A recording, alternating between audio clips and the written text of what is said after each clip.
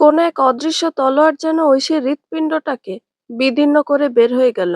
ঠিক সেই রকম যন্ত্রণা এই মুহূর্তে ওর অনুভব হচ্ছে। মনে হচ্ছে নিঃশ্বাস বন্ধ হয়ে এই বুঝি মরেই যাবে। যে মানুষটাকে ও দীর্ঘ 4 বছর যাবৎ অন্তরের মণিকোঠায় অতি যত্নে লালিত করে আসছে, যাকে সঙ্গোপনে ও নিজের আত্মা সঁপেছে, আজ তাকে এই রূপে ঐশী মানতে পারছে না। টলমলে নেত্রে ঐশী তাকিয়ে দেখে একটা পুতুলের মতো বাচ্চাকে কোলে নিয়ে শখানেক চুমু খাচ্ছে ডক্টর আহান খন্দকার। আচ্ছা, তাহলে আহানের চোখের ভাষা, ইশারায় প্রেম, ওসব কি ছিল তবে, যার বধূ হওয়ার স্বপ্ন একজন তরুণী রোজ দেখে? হঠাৎ ঐশীর হাত ধরে থাকা ওয়াফা হুট করে তার হাত ছাড়িয়ে দৌড় মারে। এতক্ষণ বিষাদ বিভ্রমে ডুবে থাকা ঐশীর হুঁশ ফিরে তড়িৎ। ও আতকে উঠে ডাকে, ওয়াফা, মামনি, কোথায় যাচ্ছ? কিন্তু ততক্ষণে ওয়াফা তার কাঙ্ক্ষিত লক্ষ্য, তার সুইটি আন্টির কাছে পৌঁছে গেছে। আবৃতি ওয়াফাকে দেখে হেসে কিছু বলবে, কিন্তু ঐশীর চিৎকারে সবাই ভ্রু কুঁচকে আগত শব্দ উৎসের দিকে তাকায়। আহান ঐশীকে এখানে দেখে অবাক হয়ে তাকিয়ে রইল। নিজের একটু বেশি প্রিয় ছাত্রীটাকে এখানে এই সময় আশা করে নিচে। ঐশী এগিয়ে এসে ওয়াফাকে একটু কঠোর গলায় বলল, ওয়াফা, এভাবে কাউকে দেখলেই ছুটে আসতে হবে? যদি পড়ে গিয়ে ব্যথা পেতে, তাহলে তোমার পাপাকে কি জবাব দিতাম আমি? আবৃতি অবাক হলো। তাহলে এই মেয়েটা ওয়াফার মা? কিন্তু মেয়েটাকে অনেক ছোট মনে হচ্ছে না? আবৃতির ভাবনার মধ্যে ওয়াফা ঐশীর হাত ধরে টেনে আবৃতিদের কাছে নিয়ে আসে। গদগদ সুরে বলে, পিপি, দেখো, তোমাকে বলেছিলাম সুন্দরী আন্টিটার কথা। এই সেই সুইটি আন্টি। আর এ হচ্ছে সেই দুষ্টু ছেলেটা যে আমার চুল টেনে দিয়েছিল ওই দিন। এতক্ষণ ভদ্র হয়ে মামুর কোলে চড়ে থাকা আরশান চোখ বড় বড় করে তাকালো। এই মেয়েটা ওকে অপমান করলো। ওয়াফার কথা আবৃতি ফিক করে হেসে দিল। কিন্তু আবৃতির সুশ্রী মুখ আর নজর কাড়া হাসিটা কেন যেন ঐশীর ভালো লাগলো না। রোষ আর যন্ত্রণার তোড়ে বুদ্ধিমতী ঐশী এটাও খেয়াল করলো না আহান আর আবৃতির সাদৃশ্যপূর্ণ চেহারা যুগল। আহান আর চোখে এক দৃষ্টিতে ঐশীর আপাদমস্তক দেখে চলেছে, চোখে অপার মুগ্ধতা নিয়ে। হঠাৎ আহানের সাথে চোখে চোখ পড়ল। ঐশী নির্লিপ্ত ভূমিকা পালন করলো। আবৃতির দিকে হাত বাড়িয়ে দিয়ে বলল, মাই সেলফ, ঐশিতা চৌধুরী, ওয়াফাস আন্ট। আবৃতি মনে মনে নিজেকে বকে দিল, মেয়েটাকে কিনা ও ওয়াফার মা বানিয়ে দিয়েছিল।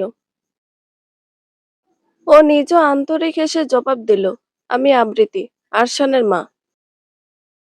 আর ও আহানকে ইশারা করে পরিচিত করাতে নেবে। কিন্তু আবৃতির পুরো কথা সম্পূর্ণ হওয়ার আগে ঐশী আহানের দিকে তাকিয়ে কাটকাট গলায় বলে, আমি চিনি ওনাকে। আহান হাসলো। আবৃতি অবাক হয়ে বলল, আপনি আহানকে চিনেন? বাট কিভাবে? উনি আমার সিনিয়র ডক্টর। ও মা, তাই নাকি? তাহলে তো আপনারা পূর্ব পরিচিত। আহান হেসে মাথা দোলালো, বলল, তাহলে তুমি ওয়াফার ফুফি? এই জন্যই তো বলি, ওয়াফা মামনি এত দুষ্টু কান মতো হয়েছে। ঐশীর চোখ জোড়া ছলছল করে উঠল। এই কথাগুলো এখন বিষের মতো লাগছে। হঠাৎ আরশান বিরক্তিকর গলায় বলল, মামু চলো না, তুমি না জয়ল্যান্ড নিয়ে যাবে আমাকে, চলো না। ঐশী চমকে আরশানের দিকে তাকালো। কি বললো বাচ্চাটা? মামু না? ঐশী দ্বিধান্বিত চোখে একবার আরশান তো আরেকবার আহানের দিকে তাকালো। দূর দূর বুকে নিশ্চিত হতে শুধালো, স্যার আপনি, আই মিন আপনি আরশানের মামা? আহান হেসে আরশানের গালে একটা চুমু খেয়ে বলল, হ্যাঁ, আমি আরশানের একমাত্র মামা। যেমন আপনি ওয়াফা মামুনের একমাত্র পিপ্পি, তাই না ওয়াফা মামুনি? ওয়াফা দ্রুত উপর নিচ মাথা দোলালো। এদিকে ঐশীর শরীরটা কাঁপতে লাগলো। মনে হলো বুক থেকে বড় কোনো পাথর সরে গিয়েছে এইমাত্র। নিজের হঠকারী চিন্তা আর অজ্ঞতাকে নিয়ে মনে মনে বেশ লজ্জিত হলো। এদিক ওদিক তাকিয়ে নিজেকে খানিকটা স্বাভাবিক করে আবৃতিকে জিজ্ঞেস করলো, স্যার তাহলে আপনার আপন ভাই? আবৃতি মুচকি হেসে বলল, আহান আমার যমজ ভাই। হ্যাঁ? অবাক চোখে ঐশী আহানার আবৃতিকে দেখলো। এতক্ষণে উপলব্ধি করলো কত বড় উন্নত প্রজাতির একটা গাধা সে। আহানার আবৃতির চেহারার মিল দেখে যে কেউ বলতে পারবে এরা আপন ভাই বোন। আর সে কিনা পাগলের মতো কি না কি ভেবে নিয়েছিল। ছি ছি। ঐশী বোকার মতো মাথা চুলকে হেসে বলে, আপনারা বোধহয় কোথায় ঘুরতে যাচ্ছেন না? হ্যাঁ, আরশানকে একটু সাফারি পার্ক থেকে ঘুরিয়ে আনবো ভাবছি। পিপ্পি, আমিও যাব। আমিও যাব। সুইটি আন্টি, আমাকেও পিপ্পি আজকে ঘুরু ঘুরু করাবে। আহান এক ভ্রু উঁচিয়ে বলে, তাই নাকি? তো মিস ঐশী, যাবেন নাকি আমাদের সাথে? ঐশী বুঝি আহানের সাথে সময় কাটানোর সুযোগটা ছেড়ে দেবে? এও সম্ভব? আহানের সাথে সময় কাটানোর জন্য যে সবসময় আহানের শিফটের ব্যাচে ক্লাস করে, সে নাকি এত সুন্দর একটা অফার ছেড়ে দেবে? আচ্ছা, যেহেতু একটু ঘোরাঘুরি করব, তাহলে একসাথেই যাই। ওয়াফা আনন্দে হৈ হৈ করে ওঠে। আবৃতিকে পেয়ে তার পাপা না আসার আক্ষেপ সে ইতোমধ্যেই ভুলেই বসেছে। না হয় আজ মহারানী সারাদিন মুখ ফুলিয়ে থাকতেন। আরশান নাক কুঁচকে বলল, মামু চলো না, দেরি হয়ে যাচ্ছে তো। ঐশী সংকোচে বলে, কিছু মনে না করলে সবাই আমার গাড়িতে যাবেন, তাহলে একসাথে যেতে পারতাম। কিন্তু আহানের বাইক। আহান ধিমি স্বরে বলে, সমস্যা নেই, আমি জুবাইরকে কল করে দিচ্ছি, ও এসে নিয়ে যাবে। তোমরা সবাই গাড়িতে গিয়ে বসো। জুবাইর কলেজ মোড়ে আছে, 2 মিনিট লাগবে আসতে। আহানের কথা মতো সবাই ঐশীর গাড়ির দিকে যায়। ঐশী পারে না আনন্দে ওয়াফার মতো লাফাতে। ইস, আজ সে আহানের সাথে ইচ্ছে মতো সময় কাটাবে, ভাবতেই শরীরটা কাটা দিল। গাড়ির কাছে আসতে আরশান বলে, আমি মামুর কোলে বসবো। ঐশী হেসে আবৃতিকে বলে, আপু, আপনি তাহলে পিছনে বসুন। আবৃতি মাথা নাড়িয়ে গাড়িতে উঠে বসলো। ওয়াফা হড়বড় করে বলল, আমি সুইটি আন্টির সাথে বসবো। বলে আর অপেক্ষা না করে একদম আবৃতির পাশ ঘেঁষে বসে পড়ল। পারলে ওর কোলে উঠে যায়। ঐশী ড্রাইভিং সিটে বসে অপেক্ষা করতে লাগলো নিজের কাঙ্ক্ষিত সহযাত্রীর। নিজের বাইকটা চাচাতো ভাই জুবাইরকে বুঝিয়ে দিয়ে আহান গাড়ির ফ্রন্ট ডোর খুলে সহজভাবে ঐশীর পাশে বসলো। কিন্তু বেচারি ঐশী এতেই কুপোকাত। আহান অমায়িক হেসে বলে, যেহেতু লাঞ্চ টাইম হয়ে গিয়েছে, আগে লাঞ্চটা কোনো রেস্তোরাঁয় সেরে ফেলা যাক। কি বলো? ঐশী ঈষৎ হেসে বলল, গুড আইডিয়া স্যার। তারপর ঐশীর 4 চাকার যানটি ছুটল ওদের গন্তব্যের উদ্দেশ্যে। দীর্ঘ 2 ঘন্টার বিরতি নিজের কেবিনে ঢুকলো ক্লান্ত পরিশ্রান্ত ঐক্য। হাতের কোটটি এক প্রকার ছুঁড়ে ফেললো অদূরের ডিভানে। চেয়ারে বসে মাথাটা খানিকটা হেলিয়ে একটু টানা দীর্ঘশ্বাস নিল। হঠাৎ কিছু মনে পড়তেই পকেট হাতড়ে ফোনটা বের করলো। দ্রুত হস্তে ফোনটা লক প্যাটার্ন খুলতেই সামনে ভেসে উঠল ওয়াফার হাস্যোজ্জ্বল আনন। ঐক্য মুচকি হাসল। যতবার এই চেহারা সামনে আসে, ঠিক ততবার অজান্তেই ঐক্যর ঠোঁটে ফুটে ওঠে এক অকৃত্রিম হাসির ফোয়ারা। মেয়েটা একদম নিজের দাদা ওয়াসিম চৌধুরীর আদল পেয়েছে, যেন বাবাকে হারিয়ে ওয়াফাকে পেয়েছে সে। ঐক্য দীর্ঘশ্বাস ফেলে। তার শত না পাওয়ার মধ্যে সবচেয়ে বড় পাওয়া হচ্ছে এই নিষ্পাপ প্রাণটি, যার মায়ায় ঐক্য এখন অবধি টিকে আছে। না হয় বিশ্বাসঘাতকতার করাল গ্রাসে সে কবে নিঃশেষ হয়ে যেত। কলার হাতড়ে ঐশীর নাম্বারে কল করে ঐক্য। একবারই ফোনটা রিসিভ হয়। ঐশী ফোন রিসিভ করে হ্যালো বলে। ওপাশে অত্যাধিক পরিমাণে শোরগোল শোনা যাচ্ছে। ঐক্য ভ্রু কুঁচকে জিজ্ঞেস করে, ঐশী, তোরা কোথায় আছিস? এত আওয়াজ কেন? ঐশী একটু উচ্চস্বরে জবাব দেয়, ভাইয়া, আমি ওয়াফাকে নিয়ে একটু জয়ল্যান্ড এসেছি। ঐক্য গম গমে আওয়াজে বলে, আমি তোকে বলেছি ওকে পিৎজা খাইয়ে সোজা সেফলি বাসায় পৌঁছে দিতে, আর তুই কিনা ওকে এত নয়েজি আর আনহাইজেনিক পরিবেশে নিয়ে এসেছিস। ঐশী কৈফিয়তের সুরে বলে, ভাইয়া, ওয়াফা ওর এক ফ্রেন্ডের সাথে এসেছে, তুমি চিন্তা করো না একদম, ওকে আমি সেফলি বাড়ি নিয়ে আসবো। ঐক্য চিন্তিত কণ্ঠে বলল, ওয়াফা এমন কোলাহলপূর্ণ পরিবেশে কমফোর্ট ফিল করে না, এক্ষুনি ওকে নিয়ে সোজা বাসায় আসবি।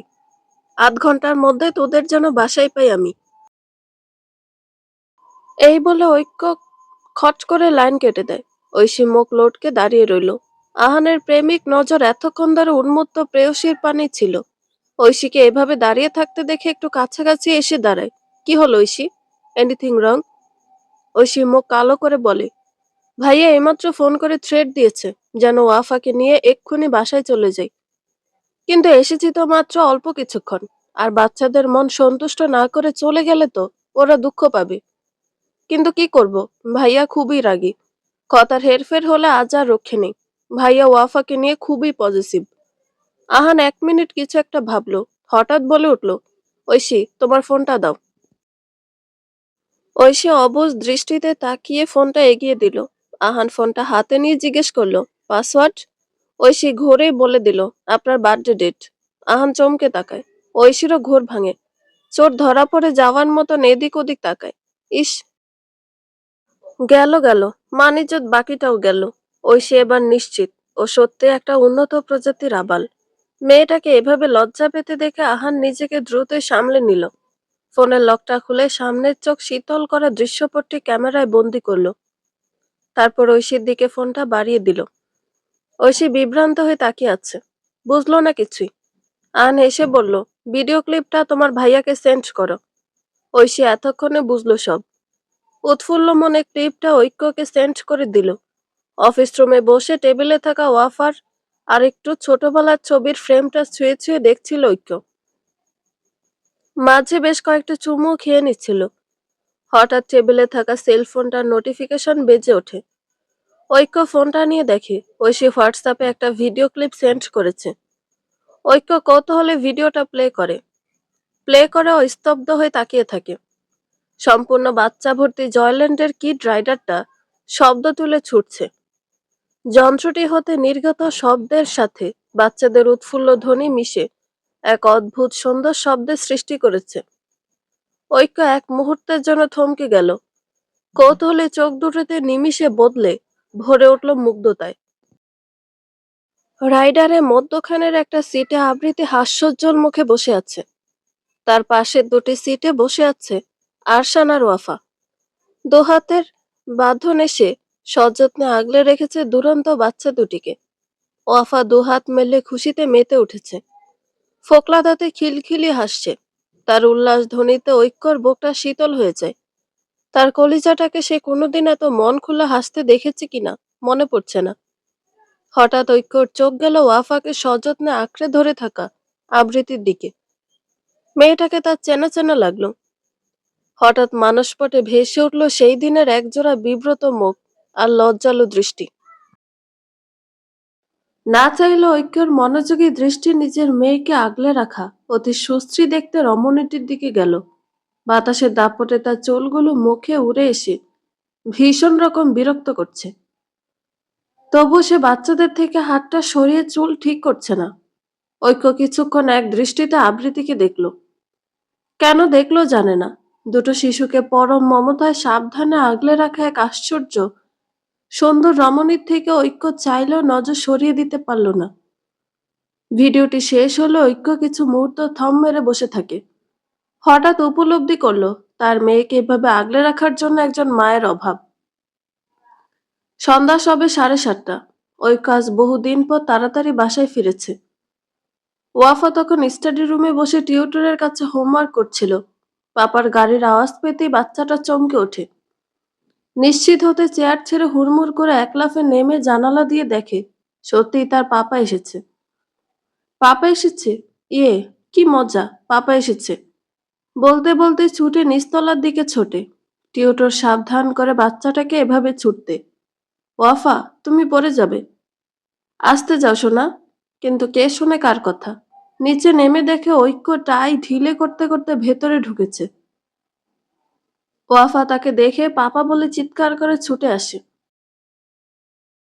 ঐক্য মেয়েকে দেখে অকৃত্রিম হেসে ল্যাপটপের ব্যাগটা সোফায় ছুঁড়ে ঝুঁকে দুহাত মেলে দেয় মেয়ের দিকে। ওয়াফা এক দৌড়ে এসে বাবার বুকে ঝাঁপিয়ে পড়ে। ঐক্য পরম মমতায় কোলে তুলে নেয় পাখির নরম অস্তিত্বখানি। মেয়েকে বুকে জড়াতেই প্রশান্তিতে ওর বুকটা জুড়িয়ে যায়। ওয়াফা পাপার কাঁধ থেকে মুখ তুলে অবাক স্বরে জিজ্ঞেস করে, পাপা, আজ এত তাড়াতাড়ি ফিরে এলে? হ্যাঁ মা, আজ পাপা তার আম্মাজানের সাথে অনেক অনেক সময় কাটাবো। ওয়াফা উচ্ছ্বাসিত গলায় বলল, তাহলে চলো খেলি। খেলবো তো আম্মাজান, তার আগে তোমার বাকি হোমওয়ার্কটা কমপ্লিট করে ফেলো। ওকে। তোমার দিদুন আর পিপ্পি কোথায়? পিপ্পি চারটা চোখ লাগিয়ে পড়ছে, আর দিদুনের হেডেক হচ্ছিল তাই ঘুমোচ্ছে। ঐক্য সিঁড়ি বেয়ে উপরে উঠতে উঠতে জিজ্ঞেস করে, কি খেয়েছেন আজ আম্মাজান? পিপ্পি কাস্টার্ড বানিয়েছিল, ওটা খেয়েছিলাম পাপা। জানো পাপা, আজ আমাকে একটাও চকলেট দেয়নি কেউ। বলে কিনা আজ অনেকগুলো চকলেট খেয়েছো, বেশি খেলে টিতে জার্মস হবে। বেশি কোথায় খেলাম, মাত্র 5টাই তো খেলাম। তার মধ্যে একটু তো ওই দুষ্টু ছেলেটাকেই দিয়ে দিলাম। ওয়াফা মুখ ফুলিয়ে বলে। ঐক্য শব্দ করে হেসে দেয় ওয়াফার নালিশ শুনে। মেয়ের ফুলকো গাল দুটোতে চুমু খেয়ে নিজের পকেট থেকে কিটক্যাটের একটা প্যাকেট বের করে দেয়। ওয়াফা খুশিতে ছোঁ মেরে চকলেটটা নিয়ে ঐক্যর গালে ঠাস করে চুমু খেয়ে বলে, থ্যাঙ্কস পাপা। বলে আর দেরি না করে চকলেটের প্যাকেটটা খুলে খেতে শুরু করে। ঐক্য হেসে ওয়াফাকে স্টাডি রুমের সামনে নামিয়ে বলল, তুমি যাও, হোমওয়ার্ক করো, পাপা ফ্রেশ হয়ে আসছি। ওয়াফা মাথা দুলে স্টাডি রুমে চলে যায়। ঐক্য শার্টের বোতাম খুলতে খুলতে নিচের রুমে ঢোকে। সাবান নিয়ে বুয়াকে এক মগ কফি বানাতে বলে ঐক্য ওয়াফার স্টাডি রুমের দিকে যায়। মিস টিয়া, আজ আপনি যেতে পারেন। ওয়াফার হোমওয়ার্ক আজ আমি করাবো। চোখের চশমাটা একটু ঠেলে দরজার দিকে তাকায় ওয়াফার হোম টিউটর টিয়া। ঢাকা বিশ্ববিদ্যালয়ে পড়ুয়া এই মেধাবী শিক্ষার্থীর কাজ হলো নিয়মিত ওয়াফার হোমওয়ার্ক কমপ্লিট করে দেওয়া। ঐক্যকে আজ এই সময় দেখে মেয়েটা চোখ জোড়া চকচক করে ওঠে। গদগদ হেসে বলে, স্যার আপনি এত তাড়াতাড়ি? না মানে আজ এত তাড়াতাড়ি ফিরলেন? ঐক্য মনে মনে বিরক্ত বোধ করলো। মেয়েটার এই অতিরিক্ত তোষামোদী ঐক্যর পছন্দ হয় না। ঐক্য ওয়াফার গভর্নেন্স থেকে শুরু করে সব মহিলা টিচারদের সাথে সবসময় প্রফেশনাল সম্পর্ক মেনটেন করে। তাদের সাথে প্রয়োজনীয় কথা বলা হয় শুধুমাত্র ওয়াফাকে কেন্দ্র করে। বাট এই মেয়েটাই শুধুমাত্র লিমিট ক্রস করে, ঐক্যকে ব্যক্তিগত প্রশ্ন করে বিরক্ত করে। এমনি, আপনি এখন যেতে পারেন। সাবের আপনাকে বাসায় সেফলি পৌঁছে দেবে। ঐক্যর কাট কাট গলায় মেয়েটার মুখের হাসিটা মুছে গেল। মন খারাপ করে বলল, তার দরকার নেই স্যার, আমি চলে যেতে পারবো অটো নিয়ে। মিস্টিয়া, আপনাকে বলা হয়েছে আপনি অলওয়েজ বাড়ির গাড়িতে করে ফিরবেন। আপনি যেহেতু আমার মেয়েকে পড়াতে আসেন, সেক্ষেত্রে আপনাকে সেফলি বাসায় পৌঁছে দেওয়া আমার দায়িত্ব। ঐক্যর গম্ভীর গলায় মেয়েটা আর কোনো কিছু বলার সাহস পায় না। মনে মনে ঐক্য নামক বজ্রাকে লোকটাকে সে ভয় পায়, তা তো সত্যি। মাথা দুলিয়ে নিজের টোট ব্যাগটা নিয়ে ওয়াফার থেকে বিদায় নিয়ে বের হয়ে যায়। মেয়েটি যেতেই ঐক্য দীর্ঘশ্বাস ছাড়ে। সে কোনো কচি খোকা নয়। একজন মেয়ের অস্বাভাবিক চোখের ভাষা সে বোঝে। এক বাচ্চার বাবার প্রতিও এই বয়সের মেয়েদের ফ্যান্টাসি দেখে ঐক্য আশ্চর্য হয়ে পারে না। ওয়াফাকে ধরে ঐক্য বাকি হোমওয়ার্ক করাতে চাইল, কিন্তু মেয়ের মোস্টামুষ্টি আর অনীহায় বুঝলো এসব তার কর্ম নহে। তাই মেয়েকে কোলে নিয়ে নিজের রুমের ছাদ বারান্দার দোলনায় গিয়ে বসলো। ঐক্য বসতে না বসতেই ওয়াফা গল্প জুড়ে দিল। ভীষণ উচ্ছ্বাসের সহিত আজকে সারাদিনের বর্ণনা দিতে লাগলো। ঐক্য কফির কাপে চুমুক দিতে দিতে মনোযোগে শ্রোতার ন্যায় মেয়ের বকবক শুনতে লাগলো। পাপা জানো, আজ না আমি আর পিপ্পি অনেক মজা করেছি। জয়ল্যান্ডা হর্সের পিঠে চড়েছি, নাটদোলায়ও চড়েছি। ওটা নাগরদোলা মা। হ্যাঁ হ্যাঁ, এটাই। সুইটি আন্টি না প্রথমে অনেক ভয় পেয়েছিল জানো। বলতে বলতে মুখে হাত দিয়ে ওয়াফা হেসে কুটি কুটি হয়। ঐক্য ভ্রু কুঁচকে বলে, সুইটি আন্টিকে? ওয়াফা অবাক স্বরে বলে, তুমি সুইটি আন্টিকে চেনো না পাপা? ও মা, ওই যে দুষ্টু ছেলেটার মা, যে আমার চুল টেনে দিয়েছিল। ওয়াফার এমন অবাক স্বর শুনে ঐক্যর মনে হচ্ছে তার সুইটি আন্টিকে না চিনে সে মস্ত বড় কোনো অপরাধ করে ফেলেছে। কি হলো পাপা, মনে পড়েছে?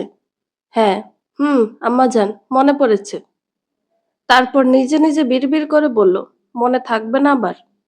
ওয়াফা বলে যায় নিজের মতো। তার কথার বেশিরভাগই তার সুইটি আন্টি আর দুষ্টু ছেলে আরশানকে ঘিরে। কখনো সুইটি আন্টির গুণগান করছে, তো কখনো সুইটি আন্টির ছেলের নামে নালিশ। ঐক্য সেই সব খুবই মন দিয়ে শুনে চলেছে। ওয়াফা হঠাৎ করে বলে ওঠে, সুইটি আন্টিকে না খুব মা মা ফিল হয়েছিল পাপা। ঐক্য হতবাক হয়ে যায় মেয়ের কথা শুনে। স্তব্ধ হয়ে তার দিকে নিষ্পাপ চোখে তাকিয়ে থাকা মেয়ের দিকে চেয়ে থাকে। কেমন আছো আম্মু? ওপাশের ভদ্রমহিলা রাশভারী আওয়াজে বললেন, এই তো, আল্লাহ যেমন রেখেছেন। তুমি কেমন আছো? ভালো আছি। খেয়েছ? না, ধ্রুবর সাথে খাবো একসাথে। এই অবস্থায় এত রাত অবধি এখনো না খেয়ে আছো? কোথায় তোমার স্বামী? ও এখনো বাসায় ফেরেনি। ভদ্রমহিলা ভ্রু কুঁচকে বললেন, রাত 11:30 বাজতে চললো, এখনো বাসায় আসেনি তোমার স্বামী? ইরা, ধ্রুব কি প্রতিদিন লেট করে বাসায় ফেরে? মায়ের প্রশ্নে ইরা নিরুত্তর রইল। ইরার নিশ্চুপতায় ভদ্রমহিলা সন্দিগ্ধ গলায় জিজ্ঞেস করলেন, ইরা সত্যি করে বলো, তোমার আর ধ্রুবর মধ্যে সব ঠিক আছে তো? ইরা দীর্ঘশ্বাস লুকিয়ে বলে, হ্যাঁ মা, সব ঠিক আছে। তাহলে? মা, বাবা কোথায়? তোমাকে আমার সাথে কথা বলতে আবার দেখে নেবে না তো? ভদ্রমহিলা বুঝলেন ইরা বিষয়টা এড়িয়ে যেতে চাইছে। তোর বাবা প্রেসারের ওষুধ খেয়ে ঘুমোচ্ছেন। ঈশান কোথায়? কি জানি, খেয়ে দেয়ে রুমের খিল দিয়েছে। ছেলেমেয়েরা বড় হলে তাদের বিষয়ে বাবা মায়ের হস্তক্ষেপ মানা, নিজেরা যা করবে সেটাই সঠিক, সেটাই নীতি। ইরা মায়ের খোঁচা হজম করে জিজ্ঞেস করে, মা, বাবাকে আমার সাথে কোনো দিনও কথা বলবে না? আমি আর কি বলবো বলো? তুমি যেটা করেছো তারপরে তোমার বাবার এই প্রতিক্রিয়া স্বাভাবিক। ইরার চোখ ভরে ওঠে অকারণে, ধরা গলায় বলে ওঠে, আমি কি অনেক বড় অন্যায় করে ফেলেছি মা, যে বাবা আমার মুখটাও দেখা বন্ধ করে দিয়েছে? তুমি যে অন্যায় করেছো দোয়া করো তোমার পাপের ভার যেন তোমার পেটের সন্তানের ওপর না পড়ে। ইরা আঁতকে উঠল, মা, এসব কি বলছো তুমি? আমি শুধু সত্যিটা বলছি মা, তুমি আমার খুবই আদরের সন্তান, কিন্তু মা বলে তো নীতি আর বিবেকবোধ খুইয়ে অন্যায়কে অন্যায় বলা ছেড়ে দেব না, তাই না? ধ্রুবর একটা ভরা সংসার ছিল মা, চাঁদের মতো ফুটফুটে এক সন্তান ছিল, কিন্তু তুমি কি করলে? সেই সংসারটাকে ধ্বংস করে ছাড়লে, একটা নির্দোষ মেয়ের থেকে তার স্বামী ছিনিয়ে নিলে, এক শিশুর মাথার ওপর থেকে বাবার ছায়া কেড়ে নিলে। এবার তুমিই বলো, তোমার এসব পাপের প্রতিফল কি তোমার সন্তানের উপর পড়বে না? ইরা নিশ্চুপ রইল। হঠাৎ করে ওর বুকটা ভার ভার লাগছে, নিঃশ্বাস নিতে কষ্ট হচ্ছে। ও বড় করে একটা নিঃশ্বাস টেনে বলল, ধ্রুবকে আমার ভালোবাসা ছিল মা, তাহলে আবৃত্তি ওকে বিয়ে করে আমার থেকে কেন কেড়ে নিয়েছিল? ইরার মা হেসে বললেন, ইরা মা, তোমার বুদ্ধি ভ্রষ্ট হয়েছে। ইরা তাচ্ছিল্য হেসে বলল, তোমাদের দৃষ্টিতে ইরাই ভিলেন, কিন্তু যাকে আমি পাগলের মতো ভালোবাসতাম, যে শুধু এবং শুধুমাত্র আমার ছিল, তাকে কেউ হঠাৎ এসে আমার থেকে ছিনিয়ে নিল। তাতে নেই কোনো অন্যায়? আর আমি খারাপ কেন না? আমি কারো স্বামী ছিনিয়ে নিয়েছি, সমাজের চোখে এটা পাপ। কেন? শুধুমাত্র বৈধ বলে? ওপাশের ভদ্রমহিলা হতাশ নিঃশ্বাস ছেড়ে বললেন, ইরা মা, আমি তোমাকে আগে বোঝাতে পেরেছি, না বোধহয় কোনোদিন পারবো। এবার সেটা হোক পাপ, সে যাই হোক, আমি তোমার মা। একজন মা কোনোদিন চাইবে না তার সন্তান কষ্টে থাকুক। ইরা কিছু বলতে নেবে, কিন্তু হঠাৎ ঘরের কলিং বেল বেজে ওঠে। আম্মু, আমি রাখছি, ধ্রুব এসেছে বোধহয়, পরে কথা বলবো। দরজা খুলে ধ্রুব দেখে ইরা থমথমে মুখে দাঁড়িয়ে আছে। কি হলো, তুমি এখনো জেগে আছো কেন? আমার স্বামী বাইরে আছে, আর তুমি বলছো আমাকে ঘুমিয়ে থাকতে? ধ্রুব প্রশ্ন এড়িয়ে জিজ্ঞেস করলো, ঔষধ সবগুলো খেয়েছো ঠিকভাবে? আমি এখনো ডিনার করিনি। ধ্রুব অবাক গলায় বলে, হোয়াট? কেন? আমি অপেক্ষা করেছিলাম তুমি আসলে একসাথে ডিনার করব। এই বাড়িতে আসার পর থেকে তো আমাদের একসাথে ডিনার করাই হয় না। কিন্তু তুমি এত লেটে ফিরবে কে জানতো? তা এত লেট করার কারণটা কি ধ্রুব?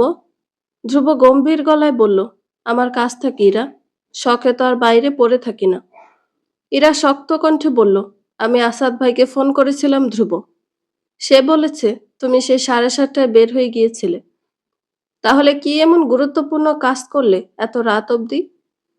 ধ্রুব হঠাৎ রেগে গিয়ে চিৎকার করে ওঠে, আমার সব কাজের কৈফিয়ত কি এখন তোমাকে দেওয়া লাগবে ইরা? আমার কি প্রাইভেট স্পেস বলে কিছুই নেই? প্রতিদিন ঘরে অশান্তি, তাই দেরি করে বাসায় ফিরি, একটু শান্তির জন্য। এখন দেখি এতেও জ্বালা। আমি কি এবার মরে যাব? তাহলে হবে তোমার শান্তি? ধ্রুব চিৎকারে কেঁপে ওঠে, 2 পা পিছিয়ে যায় ইরা। ওর দু চোখে অবিশ্বাস। কোথায় যাচ্ছিস? একটা মডেলিং এর ইন্টারভিউতে। তুই পাগল হয়ে গিয়েছিস মাহিরা, মেয়েটা এদিকে জ্বরে কাতরাচ্ছে, আর তুই আছিস তোর সো কল্ড মডেলিং নিয়ে।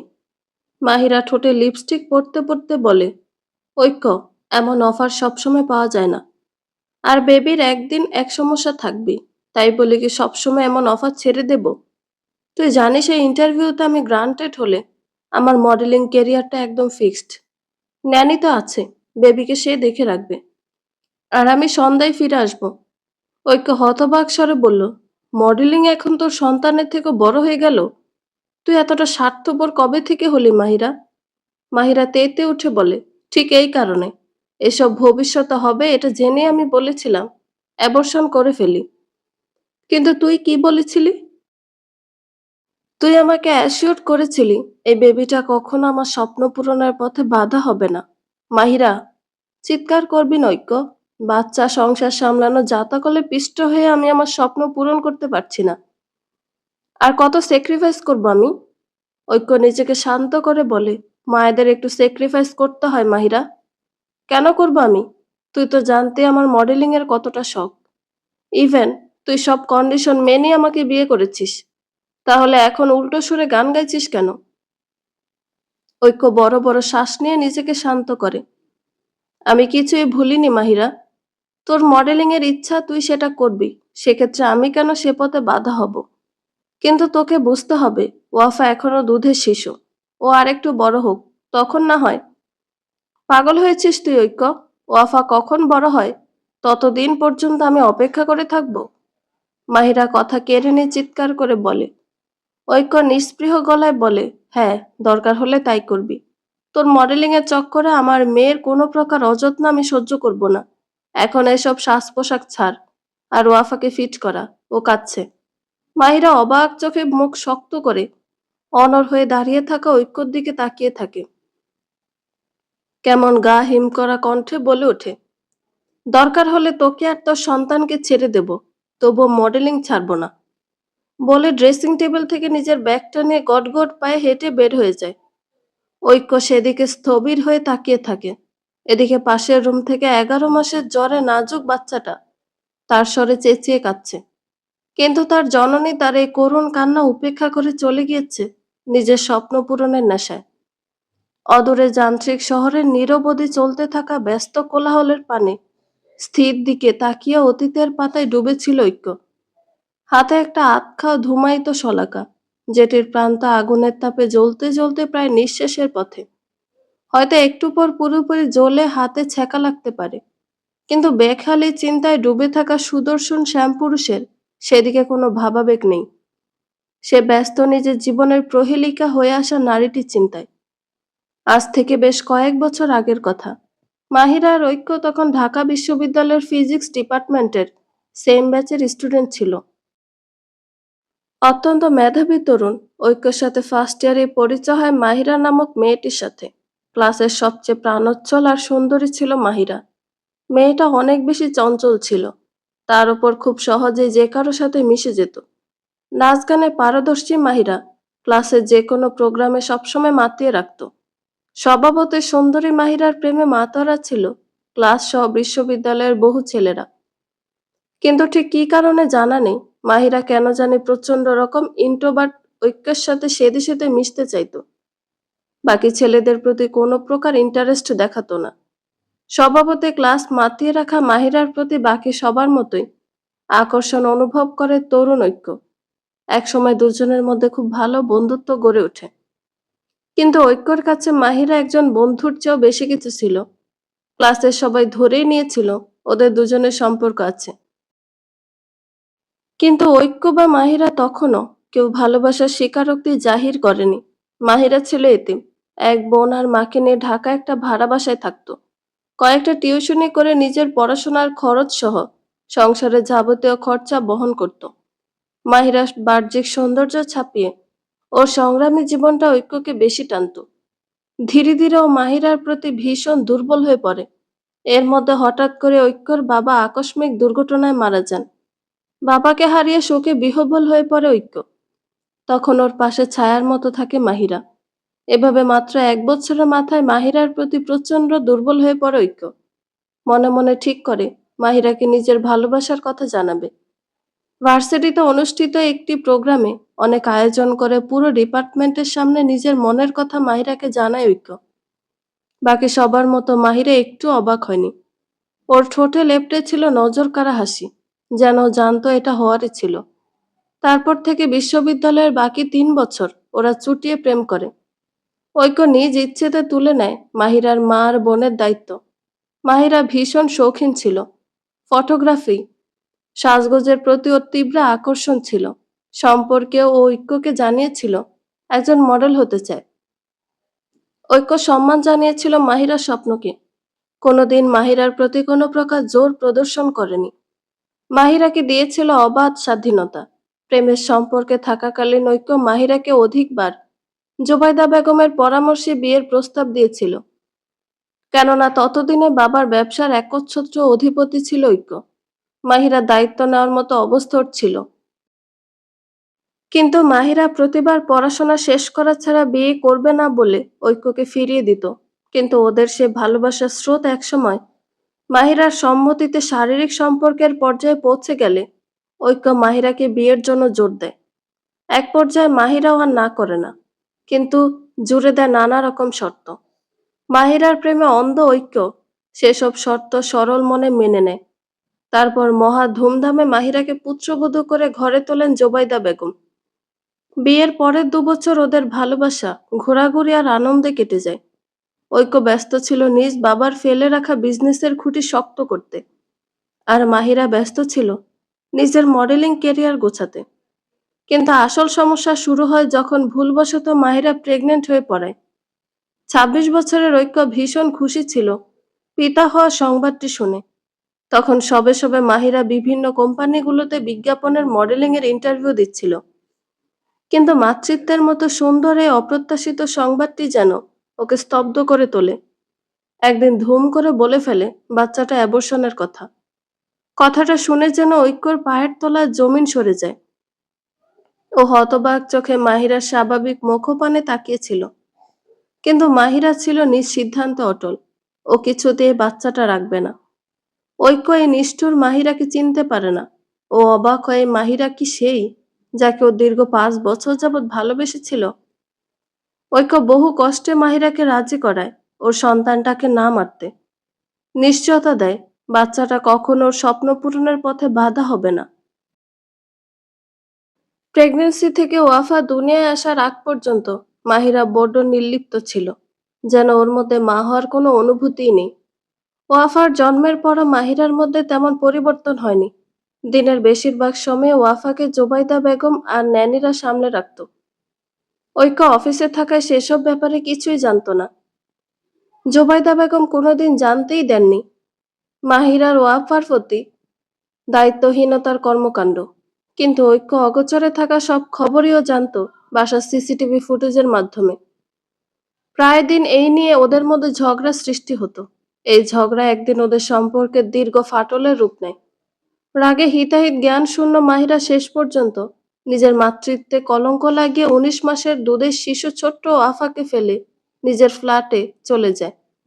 দুধের তেষ্টায় কাতর ওয়াফা চিৎকার করে কাঁদে মায়ের এক ফোঁটা দুধের জন্য। মেয়ের কান্নায় দিক দিশা হারিয়ে ঐক্য ছুটে যায় মাহিরার ফ্ল্যাটে ওকে ফিরিয়ে আনতে, যেটা কিনা বিয়ের পর ঐক্যই মাহিরাকে গিফট করেছিল। কিন্তু ঐক্যকে সম্পূর্ণ হতবাক করে দিয়ে নিজের দীর্ঘ ৫ বছরের ভালোবাসাকে পায়ে মারিয়ে মাহিরা ঐক্যর হাতে তুলে দেয় ডিভোর্স পেপার, যেখানে জলজল করছিল মাহিরার হস্তনামা। ডিভোর্স পেপারটা হাতে নিয়ে কেমন অবোধের মতো ফ্যাল ফ্যাল করে মাহিরার দিকে তাকিয়েছিল ঐক্য, যেন মেলাতে চেষ্টা করছে প্রেমিকা রূপী ওই মাহিরার সাথে এই মাহিরাকে। তারপর প্রতারণা, বিশ্বাসঘাতকতা আর জীবনের কুল কিনারা হারিয়ে তৈরি হয় আজকের ছন্নছাড়া নেশাখোর ঐক্য। স্যার আসবো? কারণ নম্র সুরের ডাকে অতীত থেকে ছিটকে যেন বাস্তবে ফিরল ঐক্য। কখন যে চোখে জল জমেছে ও টের পেল না। তড়িঘড়ি করে চোখের অবাঞ্ছিত জলটুকু হাতের অনামিকা আঙুলের সাহায্যে ছিটকে বাহিরে ফেলে দিয়ে পেছনে ফিরে নিজেকে ধাতস্থ করে গলা খানিকটা খাকারি দিয়ে বলে, হ্যাঁ আসো। কেভিনের কাচের দরজা খুলে ভেতরে প্রবেশ করে ঐক্যর পিএ রবিন। স্যার ডেকেছিলেন? হ্যাঁ, আজকে দুপুরের মিটিংটা ক্যান্সেল করে দাও। আমি ওয়াফাকে পিক করতে ওর স্কুলে যাব। জি স্যার, আমি ক্লায়েন্টদের জানিয়ে দিচ্ছি। সাভারকে গাড়ি বের করতে বলো, আমি বের হব। সকাল 11:30টার সময় ম্যাফল লিপ ইন্টারন্যাশনাল স্কুলের গেটের সামনে থামলো একটি কালো রঙের অত্যাধুনিক বিএমডব্লিউ কার। গাড়ি থেকে একজন ড্রাইভার বের হয়ে ব্যস্ত হাতে গাড়িটির ব্যাক ডোর খুলে দেয়। গাড়ি থেকে বের হয় চকচকে হিল পরা একটি পা। ব্লু ডেনিম জিন্স আর ব্ল্যাক ক্রপ টপ পরিহিত এক লাস্যময়ী নারী কাঠ থেকে বের হয়ে সরু দৃষ্টিতে তাকায় সামনের সুউচ্চ ভবনটির দিকে। হাতে থাকা মাস্কটা পরে নিয়ে নারীটি স্কুলের ভেতরের দিকে ঢোকে। কেমন হয়েছে পাস্তা, মামুনি? ওয়াফা পাস্তা খেতে খেতে বলে, অনেক ইয়াম্মি হয়েছে সুইটি আন্টি। পাশে বসে আরশা নিশ্চুপ বসে বসে তার ভাগের পাস্তাটা খাচ্ছে। আজকেও তার খাবারটাই পচা মেয়ের সাথে ভাগ করতে হচ্ছে বলে বরাবরের মতো তার মসৃণ কপালটা কুঁচকে আছে। আজ কি হয়েছে জানো? আবৃত্তি গালে হাত দিয়ে অত্যন্ত কিউট ভঙ্গিতে খাবার খাওয়া বাচ্চাটিকে পরখ করছিল। ওয়াফার কথায় আগ্রহী স্বরে বলল, কি হয়েছে? ওয়াফা মুখে হাত চেপে হেসে বলে, আজ না আমি টিফিনটা বাসার বিনে ফেলে এসেছি। আবৃত্তি গাল থেকে হাত সরিয়ে চোখ বড় বড় করে বলে, কিন্তু এটা কেন করেছো বেবি? ওয়াফা ঠোঁট উল্টে নিষ্পাপ চোখে তাকিয়ে বলে, আমার না তোমার হাতের ইয়াম্মি ইয়াম্মি খাবারগুলো খেতে অনেক মজা লাগে। রিমলি আন্টি একদম পচা খাবার বানায়, আমার খেতে একটুও ভালো লাগে না। আবৃত্তি নরম সুরে বলে, তোমার বুয়ার বানানো খাবার পছন্দ না হলে তোমার মাম্মাকে বলতে পারতে। ওয়াফা কতক্ষণ চোখ পিটপিট করে আবৃত্তির দিকে তাকিয়ে থেকে বলে, কিন্তু আমার তো মাম্মা নেই সুইটি আন্টি। আবৃত্তি হতবাক হয়ে যায় একথা শুনে। মনে মনে বেশ কষ্ট পায় এটা ভেবে হয়তো ওয়াফার মা মৃত। মুখ খুলে কিছু বলতে নেবে এমন সময় পেছন থেকে ভেসে আসা অপরিচিত এক নারীর কণ্ঠ হতে নির্গত খানিক পরিচিত কণ্ঠস্বর, ওয়াফা, মা আমার। হালকা গোলাপি আভাযুক্ত ছোট্ট আদরে আনন, যে মায়াবী মুখটা দেখলে যে কারোরই ঝাপটে ধরে কয়েকটা চুমু খেয়ে আদর করতে ইচ্ছে করবে। সে অভিলাষ হতে বাচ্চায়নি স্বয়ং ওয়াফার জন্মদাত্রী। হতচকিত হয়ে ফ্যাল ফ্যাল করে তাকিয়ে থাকা গুলুমুলু ওয়াফার আদুরে মুখটা আজলাই নিয়ে শখানেক চুমু খাচ্ছে তার আজন্ম অচেনা জননী।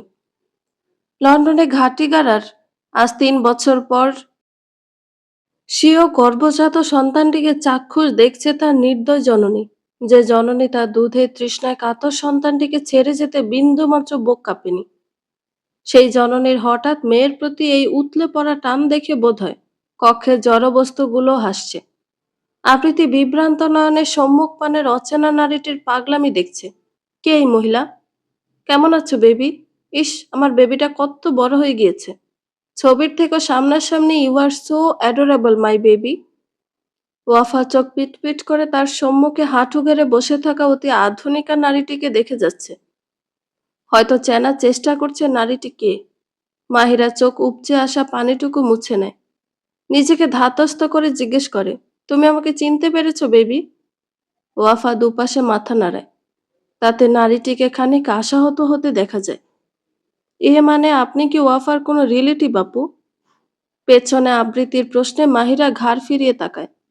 আপাদমস্তক আবৃত্তিকে দেখে নিয়ে ভ্রু কুঁচকে জিজ্ঞেস করে, আপনি কি?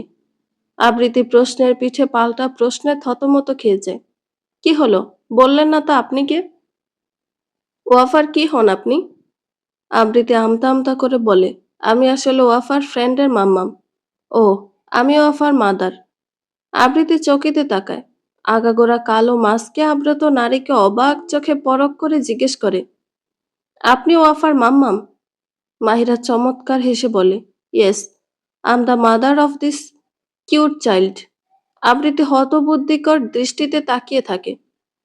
ও কিছুতেই দুয়ে দুই মিলাতে পারছে না। একটু আগে ওয়াফার কথায় ও তো মনে হয়েছিল ওয়াফার মা মৃত, তাহলে ইনি? আর ওয়াফার অবচেতন মুখ দেখে তো মনে হচ্ছে ভদ্রমহিলাকে বাচ্চাটা এই প্রথমই দেখছে। আন্টি, আপনি আমার মাম্মাম? ও মা, তাহলে পাপা যে বলে আমার মাম্মাম মরে গিয়েছে। ওয়াফার কথায় মাহিরার মুখের রং উড়ে যায়। থতমত খেয়ে একবার ওয়াফা তো আরেকবার চোখ বড় বড় করে তার দিকে তাকিয়ে থাকা আবৃত্তিকে দেখে। জোরপূর্বক হেসে বলে, ওয়াফা, কি বলছে এসব? তুমি আমাকে চেনো না? ওয়াফা দুপাশে মাথা নাড়ায়। তারপর ভীষণ উৎসুক কণ্ঠে জিজ্ঞেস করে, আন্টি, আপনি কি সত্যি সত্যি আমার মাম্মাম? তাহলে সবাই কেন বলে আমার মাম্মা আকাশের তারা হয়ে গিয়েছে? আবৃত্তি হতবুদ্ধি বনে যায়। কি বলছে এসব ওয়াফা? এই মহিলাটা যদি ওয়াফার মা হয় তাহলে ওয়াফা ওনাকে চিনছে না কেন? আচ্ছা, এই মহিলাটা আবার ছেলে ধরে না তো? ওয়াফাকে কি অপহরণ করতে এসেছে এই মহিলা? এটা হতে পারে। আহান বলেছিল ওয়াফার বাবা কোটিপতি। হয়তো টাকার লোভে ওয়াফার মা সেজে এসেছে। এই পর্যায়ে এসে আবৃত্তি খানিক শক্ত কণ্ঠে বলে, দেখুন আপু, আমি কিছুই বুঝতে পারছি না। আপনি যদি ওয়াফার মাই হন, তাহলে ও আপনাকে চিনতে পারছে না কেন? আর আপনি মাস্ক পরে আছেন কেন? ওটা সরান, প্লিজ।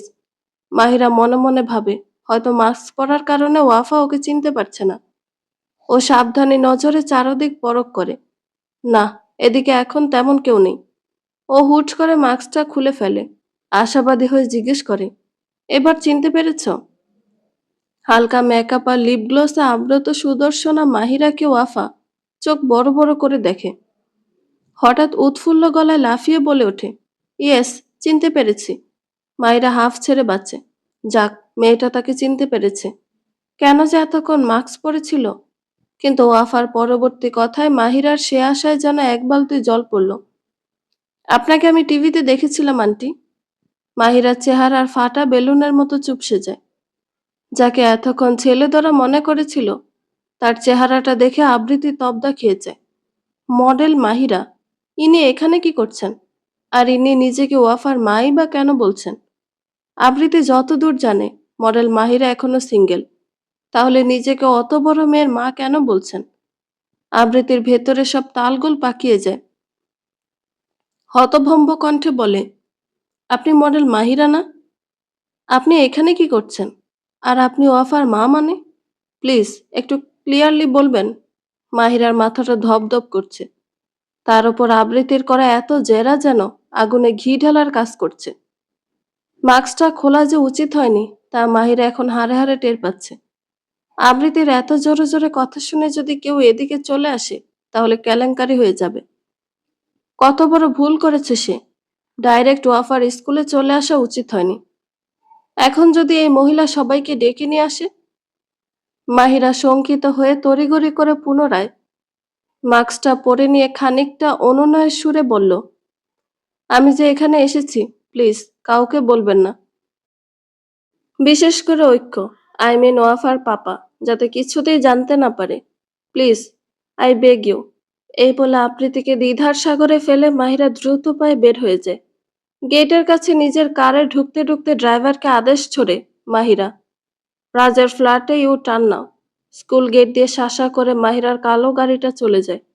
বিপরীত পাশ ধরে রয়্যাল ব্লু রঙের আরেকটি কার স্কুলের মেইন ফটকের সামনে তার গতি লব্ধ করে। গাড়ি থেকে ক্লান্ত পায়ে নেমে স্কুলের ভেতর ঢুকে ঐক্য। আর একটু সময় পূর্বে আসলে হয়তো তার জীবনের সবচেয়ে বড় প্রহেলিকার দেখা পেত। স্যার, আপনার মন খারাপ? লেকচার ক্লাস শেষে আহান বেখেয়ালি হয়ে বসেছিল নিজের ডেস্কের চেয়ারে। হঠাৎ ঐশীর প্রশ্নে আহান নড়ে চড়ে বসে। সামনে তাকিয়ে দেখে সব ছাত্রীরা চলে গেল। ঐশীর ডেস্ক সংলগ্ন সামনের বেঞ্চিতে এখনো বসে আছে। উদ্বিগ্ন প্রেমময় চোখে তার মুখপানে চেয়ে আছে উত্তরের আশায়। মেয়েটার পরনে আকাশি রঙের একটা চুড়িদার, হাতে এক ঝাঁক সাদা কাচের চুড়ি, চুলগুলো আজ ছেড়ে রাখা। আগাগোড়া ঐশীকে পরখ করে আহান একটা শুকনো ঢোক গিল। উজ্জ্বল শ্যামবর্ণা মেয়েটি যেন আকাশেরই আরেক রূপ নিয়েছে আজ। আহানকে এভাবে তাকিয়ে থাকতে দেখে ঐশী লজ্জিত হয়ে চোখ নামিয়ে নিল। আহান চোখ ফিরিয়ে গলা খাকারি দিয়ে বলল, কই না তো। তোমার এমন কেন মনে হচ্ছে? ঐশীর মন খারাপ হয়ে যায়। ওই দিন একসাথে ঘুরে আসার পরদিন থেকে মনে হচ্ছে আহান যেন ঐশীকে এড়িয়ে চলছে। গতিবিধি সবসময় কেমন নির্লিপ্ত। আগের মতো আর ঐশীর সাথে কথা বলছে না। ঐশী যেচে পড়ে কিছু জিজ্ঞেস করলে কেবল সেটারই ছাড়া ছাড়া উত্তর করছে। ঐশী ভেবে পাচ্ছে না আহানের এরূপ ব্যবহারের কারণ। ঐশী জানে আহানও তাকে মনে মনে পছন্দ করে। একটা মেয়ে হয়ে একজন ছেলের চোখের ভাষাও পড়তে পারে। তাহলে এ মানে 2 দিন ধরে একটু চুপচাপ মনে হচ্ছে, তাই। দেখো ঐশী, তোমাকে আজ একটা কথা ক্লিয়ারলি বলি। তুমি আমার স্টুডেন্ট আর আমি তোমার টিচার। এর বাইরে মনের মধ্যে আর কোনো আকাঙ্ক্ষা পোষণ করবে না দয়া করে। ঐশীর মুখের কথা কেড়ে নিয়ে আহান রাশভারী গলায় বলে। ঐশী আহত চোখে আহানের কঠোর মুখটায় চেয়ে থাকে। এই মানুষটা এমন কেন? এর কাছে কি ঐশীর ফিলিংসের কোনো দামই নেই? ঐশীর চোখ জোড়া ছলছল করে ওঠে। ধরা গলায় ফিসফিসিয়ে বলে, ভালোবাসা কি অন্যায় আহান স্যার? আহানের বুকটা ধক করে ওঠে। ঐশী যাকে ভালোবাসে সেটা কখনো সে নিজের মুখে স্বীকার করেনি, কখনো কনফেশন করেনি নিজের ভালোবাসার। কিন্তু আজ এমন এক মুহূর্তে মেয়েটা নিজের ভালোবাসা জাহির করছে, যেখানে আহানের হাতে আর কিচ্ছুটি নেই। কি হলো বলুন? আহান তাকিয়ে থেকে ঐশীর ডাগর ডাগর আঁখি যুগল থই থই করছে নোনা জলে। হয়তো ক্ষণকাল বেয়ে ঝরে পড়বে অশ্রুগুলো। আহানের বুকটা ভার হয়ে যায়। নিজেকে বহু কষ্টের সামনে বলে, হ্যাঁ অন্যায়, ভুল মানুষকে ভালোবাসা অন্যায় ঐশী। আপনি ভুল মানুষ নন আহান। আপনার প্রেমে আমি হুট করে পড়িনি। একটু একটু করে এক একটা মুহূর্ত, দিন, মাস, বছর পেরিয়ে অনুভূতিগুলো ভালোবাসায় রূপ নিয়েছে। তাহলে সে ভালোবাসা ভুল কিভাবে হয় বলুন? আহান স্তব্ধ হয়ে যায় কথাগুলো শুনে। কেমন অবোধের মতো ফ্যাল ফ্যাল করে ঐশীর মায়াবী অশ্রুসিক্ত পেলব মুখটায় চেয়ে রয়। ঐশী চোখের পানি মুছে ব্যাগটা হাতে নিয়ে উঠে দাঁড়ায়।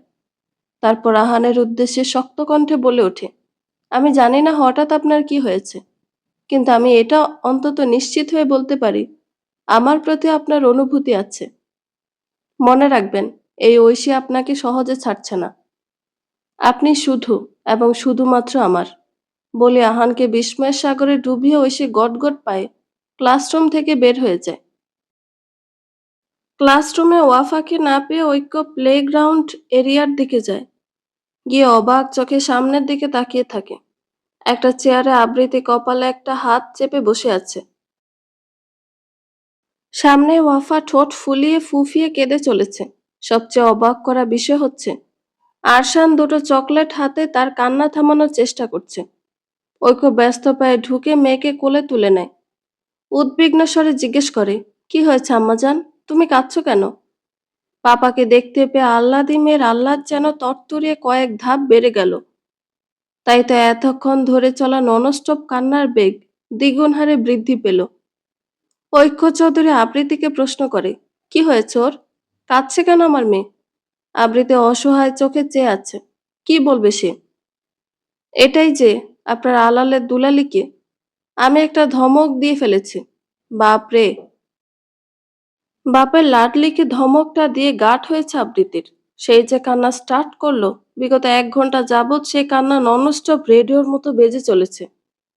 সুইটি সুটি আন্টি সুইটি আন্টি আমাকে বকে দিয়েছে পাপা। ওয়াফা ফোফাতে ফোফাতে বলল। ঐক্য অবাক হয়ে আবৃত্তির দিকে তাকিয়ে বলল, আপনি ওকে বকে দিয়েছেন মানে? কি করেছে আমার মেয়ে? আপনার মেয়ে প্রশ্ন করতে করতে আমার কানের পোকা নাড়িয়ে দিচ্ছিল। আরে বাবা, মাহিরা কি ওয়াফার মাম্মাম? সেটা আবৃত্তি কিভাবে জানবে? কিন্তু আপনার মেয়েকে সেটা কে বোঝাবে? সে তো আমাকে এক প্রকার পাগলই বানিয়ে দিচ্ছিল। তাই সামান্য একটা ধমক দিলাম, তাতে মহারানী কেঁদে কুটে ধরিয়া বাসাচ্ছেন। আবৃত্তি বিড়বিড় করে বলল, কিন্তু মুখে আমতা আমতা করে বলল, আসলে দুষ্টুমি করছিল, তাই সামান্য একটু বকে দিয়েছিলাম। কিন্তু ওয়াফা যে এত কাঁদবে আমি আসলে বুঝতে পারিনি। আই এম রিয়েলি সরি ওয়াফার পাপা। ওয়াফার পাপা কথাটা কেমন যেন লাগলো ঐক্যর নিকট। আবৃতি ইতস্তত পায়ে ঐক্যের সামনে গিয়ে দাঁড়ালো। ওয়াফা এখনো কাঁদছে। আবৃতির খুব খারাপ লাগলো বাচ্চাটার কান্নায়। তখন মাহিরা চলে যাওয়ার পর আবৃতি যখন চিন্তায় ডুবেছিল, তখন ওয়াফা মাহিরাকে নিয়ে নানা রকম হাবিজাবি প্রশ্ন করতে থাকে। তাই বিরক্ত হয়ে অবচেতনে আবৃতি একটা ধমক দিয়ে ফেলেছিল। কিন্তু সামান্য এই ধমকে যে মেয়েটা এত কষ্ট পাবে, আবৃতি কি জানতো? আরশানকে ধমক দিতে দিতে এখন অন্যের মেয়েকেও ধমক দিয়ে বসছে। উফ! আবৃতির থেকে ঐক্য লম্বা চড়া বিশাল হয়, ওর একটু নাগাল পেতে কষ্ট হচ্ছিল। তাই ২ আঙুলে ভর দিয়ে দাঁড়িয়ে ওয়াফার গালে একটা চুমু খায়। বহু বছর পর এত নৈকট্য একজন নারীর উপস্থিতি ঐক্যর ভেতরে কিছু একটা অনুভব করায়। ও ঢোক গিলে অন্য পাশে দৃষ্টি ফিরিয়ে নেয়। আবৃতি নিজের দোকান ধরে অনুনয় করে বলল, ওয়াফা, মামুনি প্লিজ, তোমার সুইটি আন্টিকে মাফ করে দাও। আন্টির একদম ভুল হয়ে গিয়েছে। আর কখনো ওয়াফা সোনাকে বকবে না। ওয়াফা মাফ করবে, এক শর্তে। পেছন থেকে অতর্কিতে কেউ বলে ওঠে কথাটা। ঠাস করে একটি কাচের বস্তু মার্বেল মেঝেতে ঝনঝন করে শব্দ তুলল। দামি শোপিসটি ভেঙে কয়েক খণ্ডে বিভক্ত হয়ে মেঝেতে ছড়িয়ে ছিটিয়ে আছে। এই কাণ্ডের হোতা মাহিরা সাপের মতো ফোঁস করছে। আহ সুইটহার্ট, একটু শান্ত হও তো। সোফায় বসতে বসতে রাজ বলল, যে কিনা সাম্প্রতিক একজন জনপ্রিয় তারকা, বিগত 2 বছর ধরে লোকচক্ষুর আড়ালে মাহিরার সাথে লিভ ইন রিলেশনশিপে আছে। তবুও মিডিয়া পাড়ায় ওদের মাখো সম্পর্ক নিয়ে প্রায়শই বিভিন্ন গসিপ শোনা যায়। মাহিরা খ্যাপাটে গলায় বলল, কি করে শান্ত হব Raj? My daughter didn't recognise me. Raj এগিয়ে এসে মাহিরাকে জড়িয়ে ধরে, ওর গালে চুমু খেয়ে বলে, কি এসে যায় তাতে? এতে তো আর সত্যিটা বদলে যাবে না। মাহিরা দাঁত কিরমিরিয়ে বলে, ঐক্য আমার থেকে প্রতিশোধ নিতে এমন করেছে আমি জানি রাজ। তুমি ভাবতে পারছো ঐক্য কোনোদিন আমার মেয়েকে জানতেই দেয়নি যে আমি ওর মা। আচ্ছা বাদ দাও না এসব। ওয়াফা তোমাকে চিনলেই বা কি হতো? তুমি তো 2 মাস পর আবার লন্ডন ব্যাক করছোই। না মানে, কি বলতে চাইছো তুমি? মাহিরা এগিয়ে গিয়ে বিলাসবহুল ফ্ল্যাটের কাছে জানালার পাশে দাঁড়ায়, কেমন গা হিম করা কণ্ঠে উদগীরণ করে বলে, আমি লন্ডন ব্যাক করছি না। রাজ ভ্রু কুঁচকে জিজ্ঞেস করে, মাহিরা কি বলছো তুমি? লন্ডন ব্যাক করছো না মানে? রাজ, আমার ওয়াফাকে চাই। ম্যাফল লিফ ইন্টারন্যাশনাল স্কুল। সবাই একযোগে পেছনে ফিরে দেখে অ্যাপ্রন আর ব্যাগ হাতে হাসি মুখে দাঁড়িয়ে আছে ঐশী। যদিও হাসির অন্তরালে লুকিয়ে থাকা বিষাদ কারো দৃষ্টিগোচর হলো না। তুই এখানে? ঐক্য ভ্রু কুঁচকে জিজ্ঞেস করলো। লেকচার ক্লাস শেষ করে এসেছি ভাইয়া। আজ আর ইভিনিং ওয়ার্ড অ্যাটেন্ড করব না। কিন্তু কেন? শরীর ঠিক আছে তোর? আমি একদম ঠিক আছি। ভাবলাম ওয়াফাকে নিয়ে একটু হ্যাং আউটে যাব। এখন দেখি তুমি আছো। ভাইয়া চলো না, ওয়াফাকে নিয়ে কোথাও থেকে ঘুরে আসি। ঘোরাঘুরি করার কথা শুনে ওয়াফা তড়িৎ কান্না থামিয়ে পাপার মুখপানে চাইল। ঐক্য মেয়ের মুখের দিকে তাকিয়ে মনে মনে হাসল। ওয়াফার অশ্রুতে সিক্ত মুখটা টিস্যু দিয়ে মুছে দিয়ে বলল, কি আম্মাজান, যাবেন ঘুরতে পাপার সাথে? ওয়াফার পেলে শিশু কোমল চেহারা নিমিষে চকচক করে উঠল। উত্তেজনায় বিগত সময়ের সবকিছু তার বাচ্চা হৃদয় থেকে মুহূর্তেই মুছে গেল। সহসা উপর নিচ মাথা দুলিয়ে অস্থির চিত্তে বলল, যাব পাপা, যাব ঘুরতে। ঐশী আর ঐক্য সমন্বয়ে হেসে উঠল। ঐক্য মেয়ে নরম গালে ঠোঁট দাবিয়ে হাসল, ফিসফিসিয়ে বলল, ঘোরাঘুরির কথা শুনলে আর কিছু লাগে না আপনার, তাই না আম্মাজান? হু। আবৃতি চিন্তিত মুখে এদিকে হাসি খুশি বাবা মেয়েকে দেখে যাচ্ছে। ওর বোধগম্য হচ্ছে না একটু আগে বাতাসের বেগে উড়ে আসা ওয়াফার মায়ের কথা জানাবে কিনা। ওর যতটুকু মনে হচ্ছে ওয়াফার বাবা মায়ের ডিভোর্স হয়ে গিয়েছে। কিন্তু ঐক্যের মতো একজন ধনী ব্যবসায়ী টপনস সুদর্শন পুরুষকে আদতে কি কারণে ছাড়লো মাহিরা? সন্তানের মায়াও কি আসেনি একটুখানি মনে? আবৃতির মনটা খসখস করছে। কি করবে এই মুহূর্তে মাথায় আসছে না। নাকি সবকিছু না জানার ভান করে থাকবে। আর বিষয়টা নিয়ে বেশি ঘাটা তো উচিত হবে না। কারো ব্যক্তিগত বিষয়ে নাক গলানোর মতো রুচি অন্তত আবৃত্তির নেই। পাপা, সুইটি আন্টি আর পচা ছেলে যাবে না আমাদের সাথে? ওয়াফার কথাটা শুনে আরশান চোখ গরম করে তাকায়। ওয়াফা মুখ ভেঙচিয়ে পাপার গলা জড়িয়ে ওপাশ ফিরে যায়। আবৃত্তি হতচকিত হয়ে তাকায়।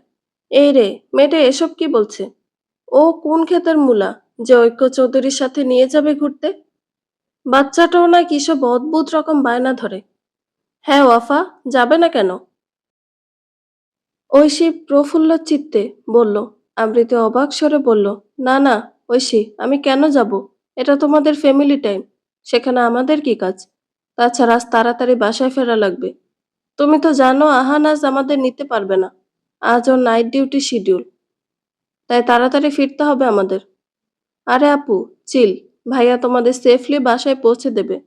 আরশান এগিয়ে এসে আবৃতির ওড়নার কাছা টেনে ধরে।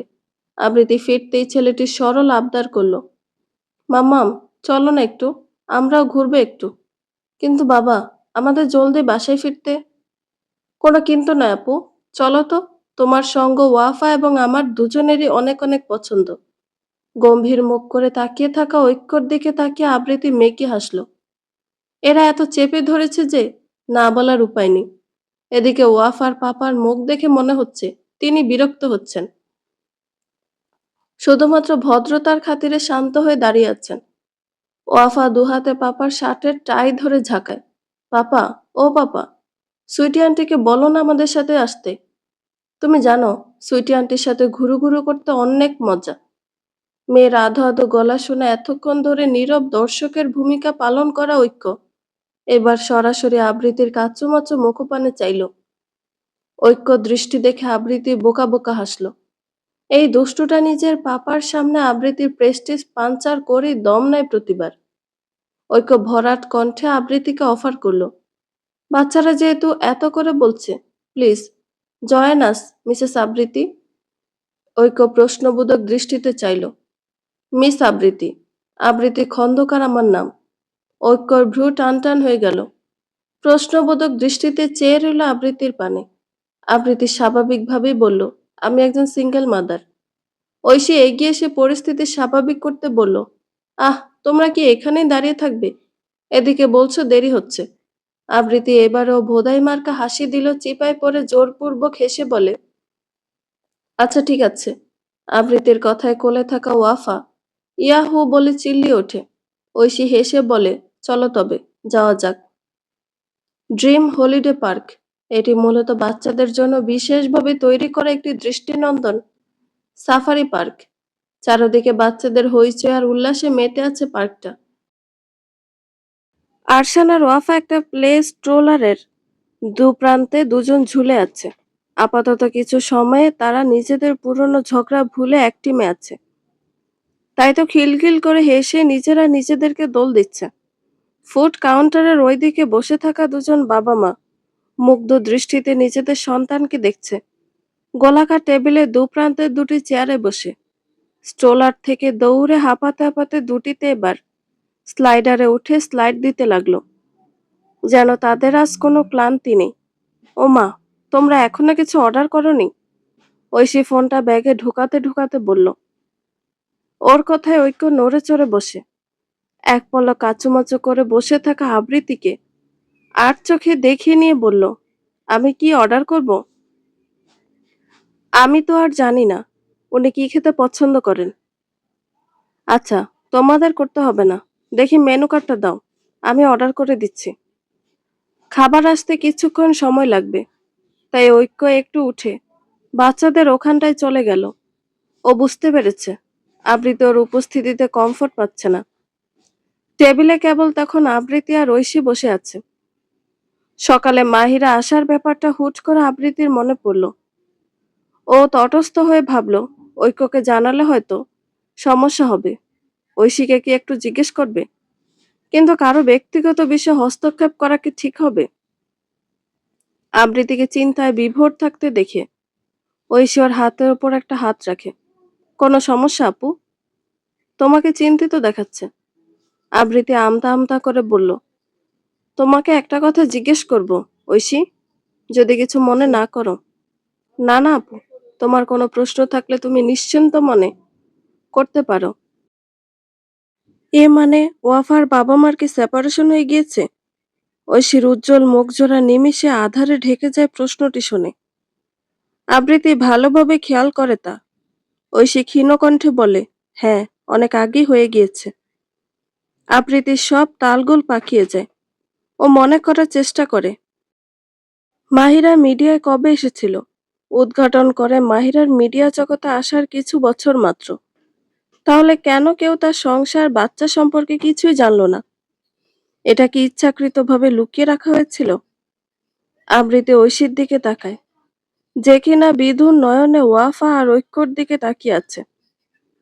আবৃত্তি সেদিকে তাকিয়ে জিজ্ঞেস করে, আচ্ছা, তখন ওয়াফার বয়স কত ছিল? ও দুধের শিশু ছিল, ঐশী আনমনে উত্তর করলো। আবৃত্তি হতবিহ্বল হয়ে আওড়ায়, কি?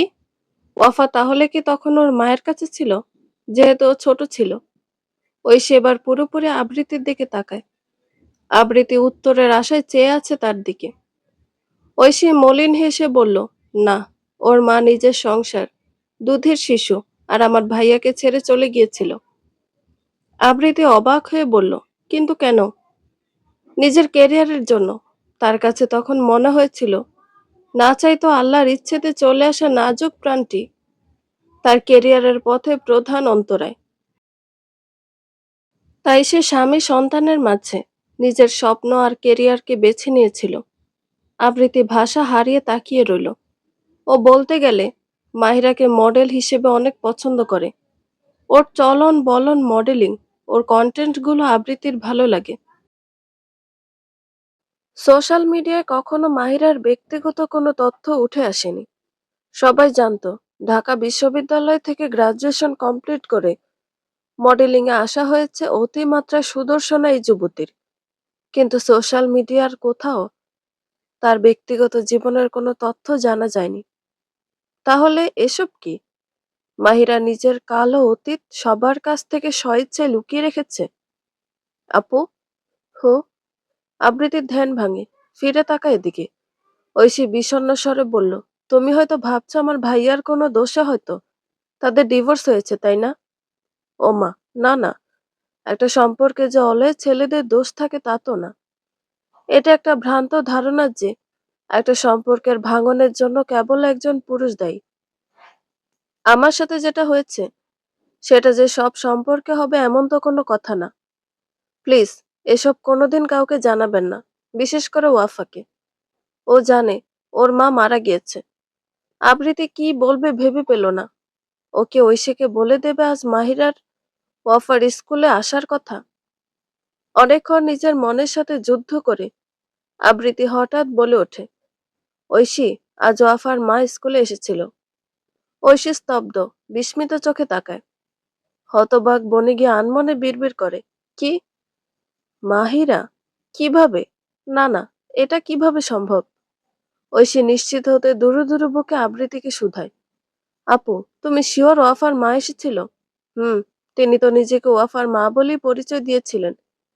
ঐশী মনে মনে ভাবে, মাহিরা যদি স্কুলে আসতোই এতক্ষণ তো তাহলে ব্রেকিং নিউজ হয়ে যেত। তাহলে কে এসেছে ওয়াফার মা সেজে? নাকি আবৃতি আপুর মনের ভুল? ঐশীর ভ্রু কুঁচকে যায়। সন্দিগ্ধ গলায় জিজ্ঞেস করে, তুমি তার চেহারা দেখেছিলে? হ্যাঁ। ঐশীর পিলে চমকে ওঠে। হতবাক স্বরে কিছু বলতে নিবে এমন মুহূর্তে আবৃতি শীতল কণ্ঠে বলে ওঠে, ওয়াফার মাদার মডেল মাহিরা, তাই না ঐশী? আইসিইউর কাচের আড়ালে ভগ্ন হৃদয়ে দাঁড়িয়ে আছে এক অভাগা পিতা, যার মাত্র ১৯ মাসের শিশু কন্যাটি ওই সুরক্ষিত কাচের আড়ালে সফেদ বিছানায় নির্জীব হয়ে পড়ে আছে। হাতে ক্যানুলা, নাকে কৃত্রিম অক্সিজেন নল পরিহিত। বিশাল আকৃতির বিছানায় শুকিয়ে কঙ্কালসার শিশু দেহটি যেন ক্ষুদ্রতম কোনো মৃত প্রায় প্রাণ। মাতৃবিয়োগের ধাক্কাটা বোধহয় অবশ শিশুটি সইতে পারেনি। তাই তো মাত্র 5 দিনই বিছানাশায়ী হয়ে পড়েছিল। এখন ঠাঁই মিলেছে হাসপাতালের জরুরি এই কক্ষে, যার নাম আইসিইউ। এখানে সাধারণত মুমূর্ষু রোগীদের অ্যাডমিট করা হয়। এই কক্ষে থাকা প্রায় 90 ভাগ প্রাণেরই বরণ করে নিতে হয় মৃত্যু। মিস্টার চৌধুরী, আপনি তো জানেন আপনার বাচ্চা এমনিতেই প্রি ম্যাচিওর বেবি। আপনি কি জানেন না এই ধরনের শিশুদের খুব সহজে যে কোনো ডিজিজ আক্রান্ত করতে পারে? আর বাচ্চাটা মনে হচ্ছে অনেক দিন মায়ের বুকের দুধ পায়নি। ঐক্যর কোনো নড়চড় নেই। তার সুখী জীবনে হঠাৎ ভয়ঙ্কর ঝড়ের মতো আশা একের পর এক ধাক্কায় তার কণ্ঠ ভাষা হারিয়েছে। তাই তো নিশ্চল ঝড় বস্তুর ন্যায় পাথরের মতো ঠায় দাঁড়িয়ে আছে। ঐক্যের কোনো ভাবাবেগ না দেখে ডাক্তার ভ্রুকুসকে ওকে সামান্য ঝাঁকিয়ে বলল, মিস্টার ঐক্য, আপনি আদৌ শুনছেন আমার কথা? ঐক্য সংবিত ফিরে যেন বিড়বিড় করে জিজ্ঞেস করে, আমার আম্মা জান, আমার মেয়েটা বাঁচবে তো ডক্টর? ডাক্তার কথাটা শুনে নির্বাক বনে গেল। ঐক্যকে দেখতে কিছুটা উন্মাদের মতো দেখাচ্ছে। ওর অবুঝ দৃষ্টি দেখে মনে হচ্ছে এতক্ষণের কোনো কথাই শোনেনি সে। ডাক্তার হতাশ হলেন। দীর্ঘশ্বাস ফেলে বললেন, আল্লাহকে ডাকুন, আমার আর কিছু বলার নেই। ঐক্য চোখ বেয়ে টুপ করে এক ফোঁটা গরম অশ্রুকণা গড়িয়ে পড়ে। শ্যামলা সুদর্শন মুখটা এই কয়েকদিনের মানসিক আঘাতে জর্জরিত হয়ে খানিকটা কালো হয়েছে। সেই গম্ভীর মুখ ঐক্যর সাথে এই ভঙ্গুর পিতার কোনো মিল নেই। এই ঐক্যর দু চোখে নিজের সন্তান হারানোর আতঙ্ক। ভাইয়া, ঐক্য তড়িঘড়ি করে চোখ মোছে। ঐশীর ঠোঁট কামড়ে নিজের কান্না আটকায়। ধরা গলায় বলে, ওয়াফাকে দেখে নাও ভাইয়া, সন্ধ্যার পর আর দেখতে পারবে না। যদিও ঐশী কথাটা মিথ্যে বলেছে। ঐক্য আজ 5 দিন ধরে হাসপাতালের এই ইমার্জেন্সি কেবিনটার সামনে একইভাবে পড়ে আছে। না আছে গোসল আর না আছে খাওয়া। মা বা ও নিজে জোর করে একটু খাইয়ে দিলে তো খায়, না হলে দিন রাত কেমন অপ্রকৃতস্থের মতো কাছের দেয়ালটা ধরে দাঁড়িয়ে থাকে। ঐক্যর মেন্টাল কন্ডিশন যে দিন দিন খারাপ হচ্ছে তা সদ্য মেডিকেল শিক্ষার্থী ঐশী অনুমান করতে পারছে। একজন বিশেষজ্ঞ শরণাপন্ন হওয়া এখন অত্যাবশ্যক, কিন্তু এই অবস্থায় কি করে তাকে সাইকিয়াট্রিস্ট দেখাবে ঐশী ভেবে পায় না। তার আগে বুঝিয়ে সুঝিয়ে বাড়ি পাঠাতে হবে। এভাবে কতদিন না ঘুমিয়ে না খেয়ে কাটিয়ে দেবে। ঐক্য টালমাটাল পায়ে আইসিইউ নামক কক্ষটিতে প্রবেশ করলো। প্রবেশের সাথে সাথে ওর নাকে এসে লাগে ফিনাইলের কড়া গন্ধ।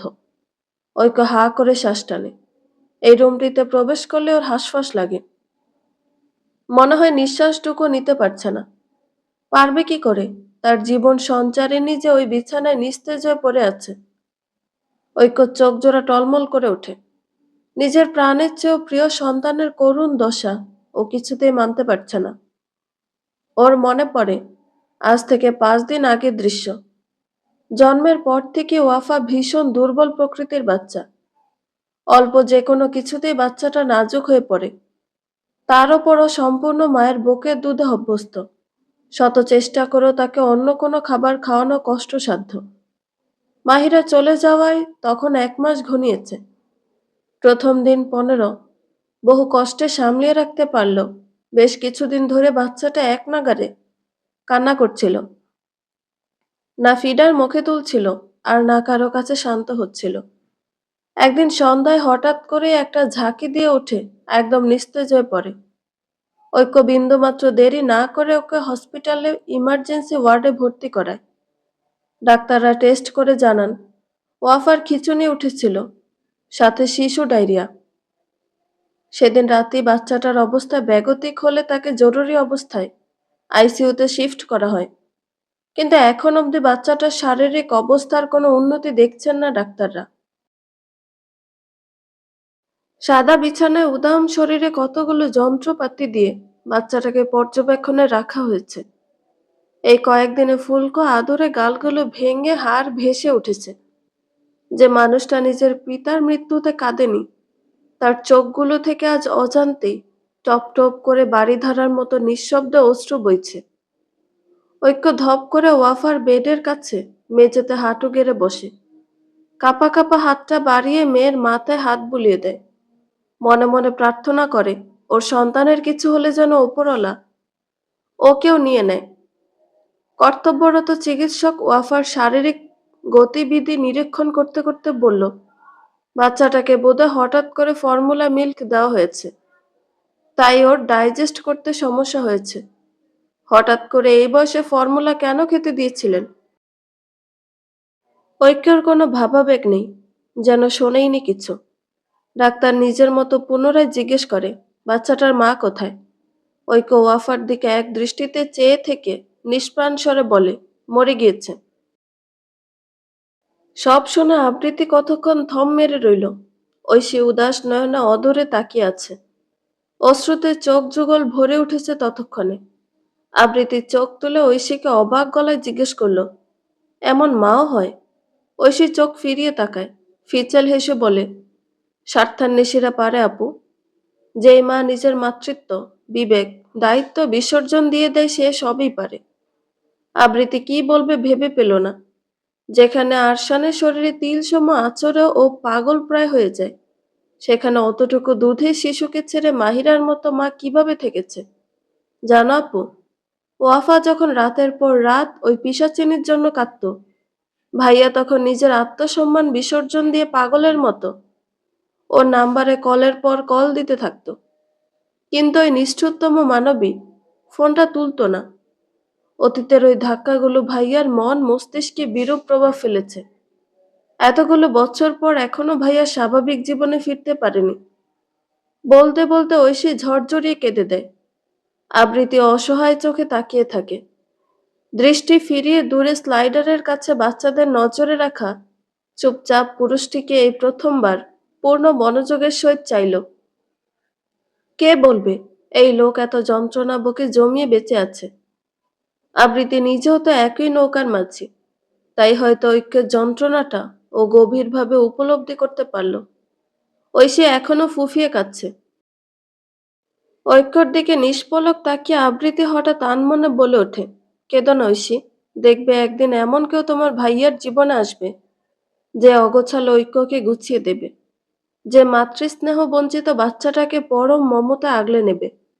ঐশী চোখ মুছে বলল, সে কোনো একজন আসার সুযোগ তো দিতে হবে আপু। গত কয়েক বছর ধরে সবাই মিলে কত বোঝালাম ভাইয়াকে, কিন্তু ভাইয়াকে কিছুতেই রাজি করানো যায়নি।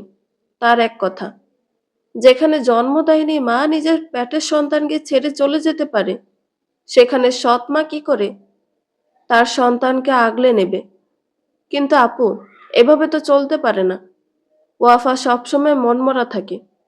আমি বুঝি ওর মন মায়ের অভাব সবসময় বোধ করে। আশেপাশে বাচ্চাদের যখন তাদের মা আদর করে, নিজ হাতে খাইয়ে দেয়, স্কুলে নিয়ে আসে, তখন অবুঝ বাচ্চাটা কেমন করে যেন চেয়ে থাকে। তখন না আমার কলিজাটা কেউ যেন খামচে ধরে। ভাইয়াকে আমি দোষ দিচ্ছি না। মাহিরা আর ভাইয়া তখন ডিপার্টমেন্টে সেরা জুটি ছিল। তাদের ভালোবাসাকে সবাই আদর্শ হিসেবে নিত। সেই ভালোবাসা কিভাবে যেন বদলে গেল হঠাৎ। নীল দুনিয়ার লোভ মাহিরাকে পুরোপুরি অন্ধ বানিয়ে দিল। ভেঙে গুড়িয়ে গেল ভালোবাসার মতো পবিত্র বন্ধন। বিসর্জন দিল একজন নারীর সবচেয়ে মূল্যবান সম্পদ, মাতৃত্ব। আবৃতি মুখ হয়ে বসে আছে। হায়রে মানুষ, কেউ ভালোবাসার মতো মূল্যবান সুখ পেয়েও স্বেচ্ছায় হারায়, তো কেউ বা ভালোবাসার তরে নিজের সংসার ভাঙে। অন্যমনস্ক আবৃতির হঠাৎ চোখ যায় বাচ্চাদের দিকে। তাড়াহুড়ো করে স্লাইডারের মই চড়তে নিলে ওয়াফার পা ফসকে যায়। আবৃতি আঁতকে ওঠে, ওয়াফা বলে চিৎকার করে ওঠে। চেয়ার থেকে উঠে দুনিয়া ভুলে প্রাণপণে ছুটে। ঐশী হতবুদ্ধি হয়ে দাঁড়িয়ে আছে। কি থেকে কি ঘটেছে ওর বোধগম্য হচ্ছে না। ওয়াফাকে বউকে আগলে নিয়ে আবৃতি হাঁপাচ্ছে। ওর বুকটা হাঁপড়ের মতো ওঠানামা করছে। আবৃতি চোখ তুলে দেখে স্লাইডারটা বেশ উঁচু, আর একটু দেরি করলে কি ঘটে যেতে পারত মনে করে ও আঁতকে উঠছে। ওয়াফা মামনি, তুমি ঠিক আছো? হঠাৎ ঐক্য কোত্থেকে ছুটে এসে ওয়াফাকে চিলের মতো ছোঁ মেরে নিজের বাহুডোরা আগলে নেয়।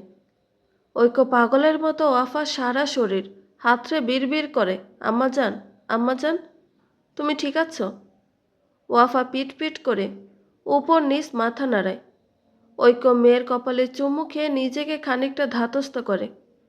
আবৃতির দিকে কৃতজ্ঞ চোখে তাকিয়ে বলে, থ্যাঙ্কস আ লট মিস আবৃতি। আজ আপনি না থাকলে আমার মেয়েটার হয়তো বড় কোনো ক্ষতি হয়ে যেত। কোনো দিন যদি এই ঋণ পরিশোধের সুযোগ হয় তো আমি অবশ্যই পিছপা হব না। আরে, এসব কি বলছেন মিস্টার ঐক্য? ওয়াফা আমার মেয়ের মতো। আমি কোনো কিছুর বিনিময়ে তো ওকে সেভ করিনি। এত সব কিছুর মধ্যে ঐশী স্থির দৃষ্টিতে দৃশ্যটার দিকে তাকিয়ে রইল। ওর কর্ণকুহরে হঠাৎ বেজে উঠল আবৃতির কিছুক্ষণ পূর্বের কিছু কথা। একদিন দেখবে তাদের আগলে রাখার জন্য কেউ না কেউ আসবে, ঠিকই আসবে।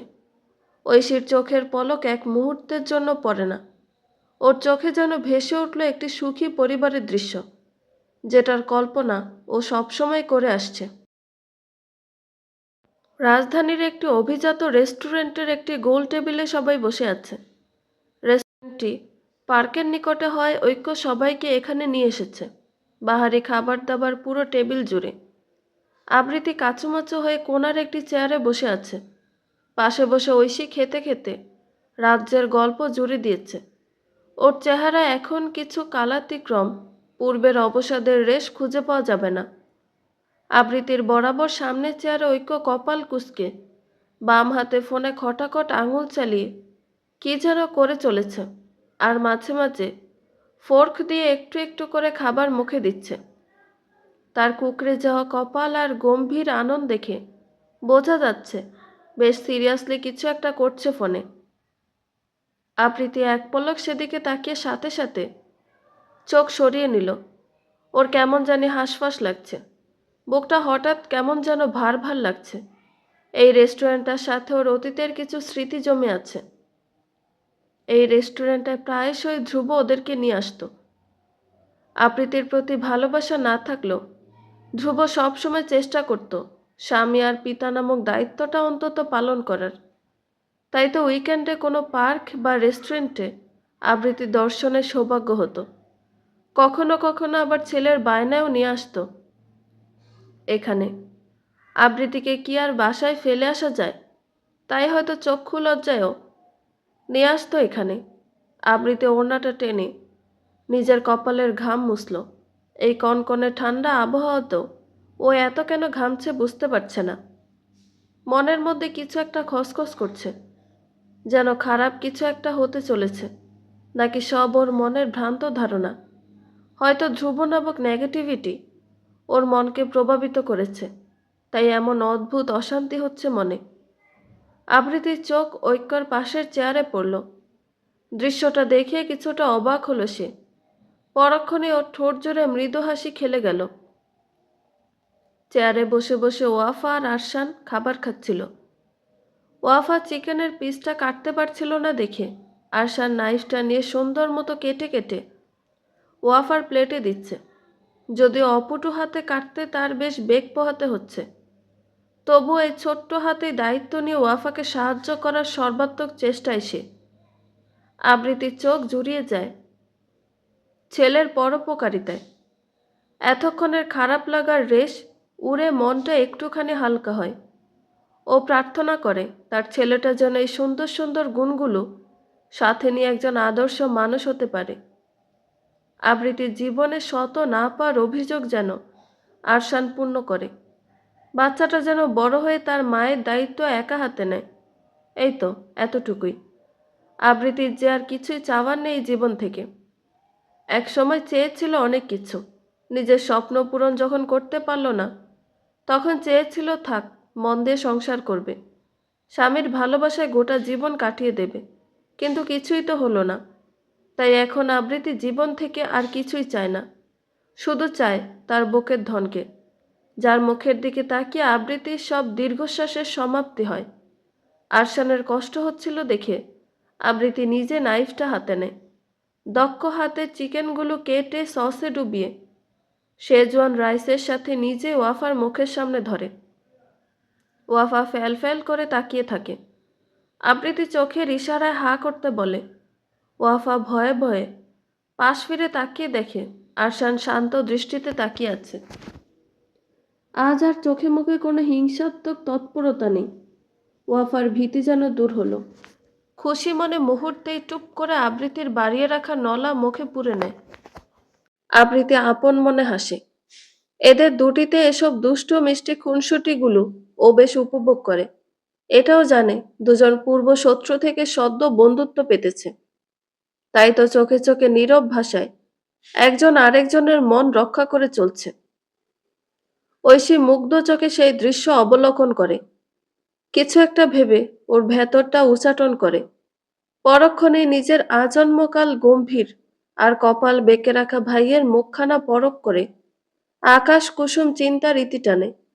এ জন্মে হয়তো এই ছ্যাঁকাকোরকে বিয়ে করানো যাবে না, কিন্তু একবার চেষ্টা করে দেখতে ক্ষতি কোথায়? হয়তো আল্লাহ চাইলে ও যা ভাবছে তা হলেও হতে পারে। ফোনে অপ্রয়োজনীয় কাজ শেষে ঐক্য পাশে তাকালো। তাকাতেই চমকে উঠল। কুঁচকে রাখা কপালদ্বয়ের ভাঁজ নিমিষে মিলিয়ে গেল। নিজের মেয়েকে তারপরে এই প্রথমবার কাউকে এত যত্ন নিয়ে খাইয়ে দিতে দেখছে। ওয়াফার একটা অদ্ভুত অভ্যাস আছে, ও ঐক্য ব্যতীত কারো হাতেই খেতে চায় না, এমনকি নিজের দিদুনের হাতেও না। সকালবেলা নিয়ম করে ঐক্য খাইয়ে দেয়, বাকি দুই বেলা প্রায়শই ওয়াফা অপটু নিজের হাতেই খাবার খায়। ঐক্য বিমোহিত দৃষ্টিতে মেয়ে তৃপ্তি সহকারে খাওয়া দেখছিল। দৃশ্যটা তার কাছে এমন লাগলো যেন একজন মা তার সন্তানকে ভালোবেসে খাইয়ে দিচ্ছে। আবৃত্তির খুবই লজ্জা লাগছিল। ওরা দুই ভাই বোন ওকে এভাবে দেখছে কেন? আজব। ঐক্য মনে হয় বুঝলো আবৃত্তির অস্বস্তি, তাই তো চোখ সরিয়ে আরেক পল পাশে চুপচাপ বসে পটু হাতে খাবার খাওয়া আরশানকে দেখল। অবাক হলো বাচ্চাটার। আজ হঠাৎ শান্ত আচরণে। ও যতটুকু আরশানকে চেনে তাতে বাচ্চাটা নিজ মায়ের এতটুকু ভাগও কাউকে দিতে রাজি না। কিন্তু আজ এমন শান্ত কি করে? ঐক্য গলা খাকারি দিল আরশানের মনোযোগ আকর্ষণের চেষ্টায়। কি চ্যাম্প, সিজলিংটা মজা? আরশান খাবার চিবোতে চিবোতে বলে, হ্যাঁ আঙ্কেল, চাউমিনটাও অনেক মজা। দেখো কতগুলো চিজ আর প্রন দিয়েছে। ঐক্য বাচ্চাটার চুল এলোমেলো করে দিয়ে হেসে বলে, পিৎজাটাও মজা, টেস্ট করে দেখবে একটু? আরশান চোখ বড় বড় করে বলল, এই না না আঙ্কেল, আমার টাম্মি একদম ফুল, আর খেতে পারবো না। দেখো কত বড়। আরশান নিজের পেটটা আঙুল দিয়ে দেখালো। ঐক্য হাসি মুখে আরশানের গাল টেনে দিল, তারপর টিস্যু দিয়ে যত্ন করে ওর মুখটা মুছিয়ে দিয়ে বলল, গুড বয়, এখন এই শেকটা খাও। ঐক্য উঠে দাঁড়িয়ে ঐশীকে উদ্দেশ্য করে বলে, তোরা বস, আমি ব্যাংক পেমেন্ট করে আসছি। ঐক্য যেতে ঐশী একটু নড়ে চড়ে বসল। ততক্ষণ আবৃতি ওয়াফাকে খাইয়ে মুখ হাত পেপার ন্যাপকিন দিয়ে ক্লিন করে দিচ্ছে। আপু, হো, বলো ঐশী, একটা কথা বলবো, যদি কিছু মনে না করো তো। আবৃতি চোখ তুলে তাকিয়ে জবাব দেয়, আরে দূর, বলো তো, কি মনে করব?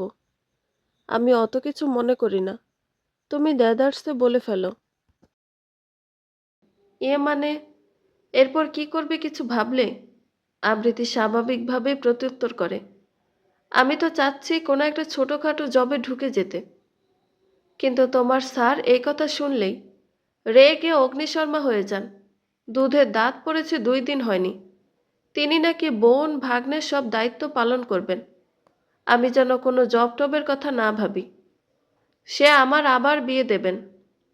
হা হা হা, ঐশী মুচকি হাসে। আহানের এসব ভালো গুণই ওকে দেওয়ানা করে ছেড়েছে। অত্যাধিক সুদর্শন হওয়ার দরুন আহান ক্লাসের সব মেয়েদের ক্রাশ। কিন্তু ঐশী জানে ও আহানের বাহ্যিক রূপে ওর প্রতি আকৃষ্ট হয়নি। সেদিনের ওই ঘটনাটি যে ঐশী কখনো ভুলবে না। কোথায় হারিয়ে গেলে তুমি? ঐশীর ধ্যান ভাঙে।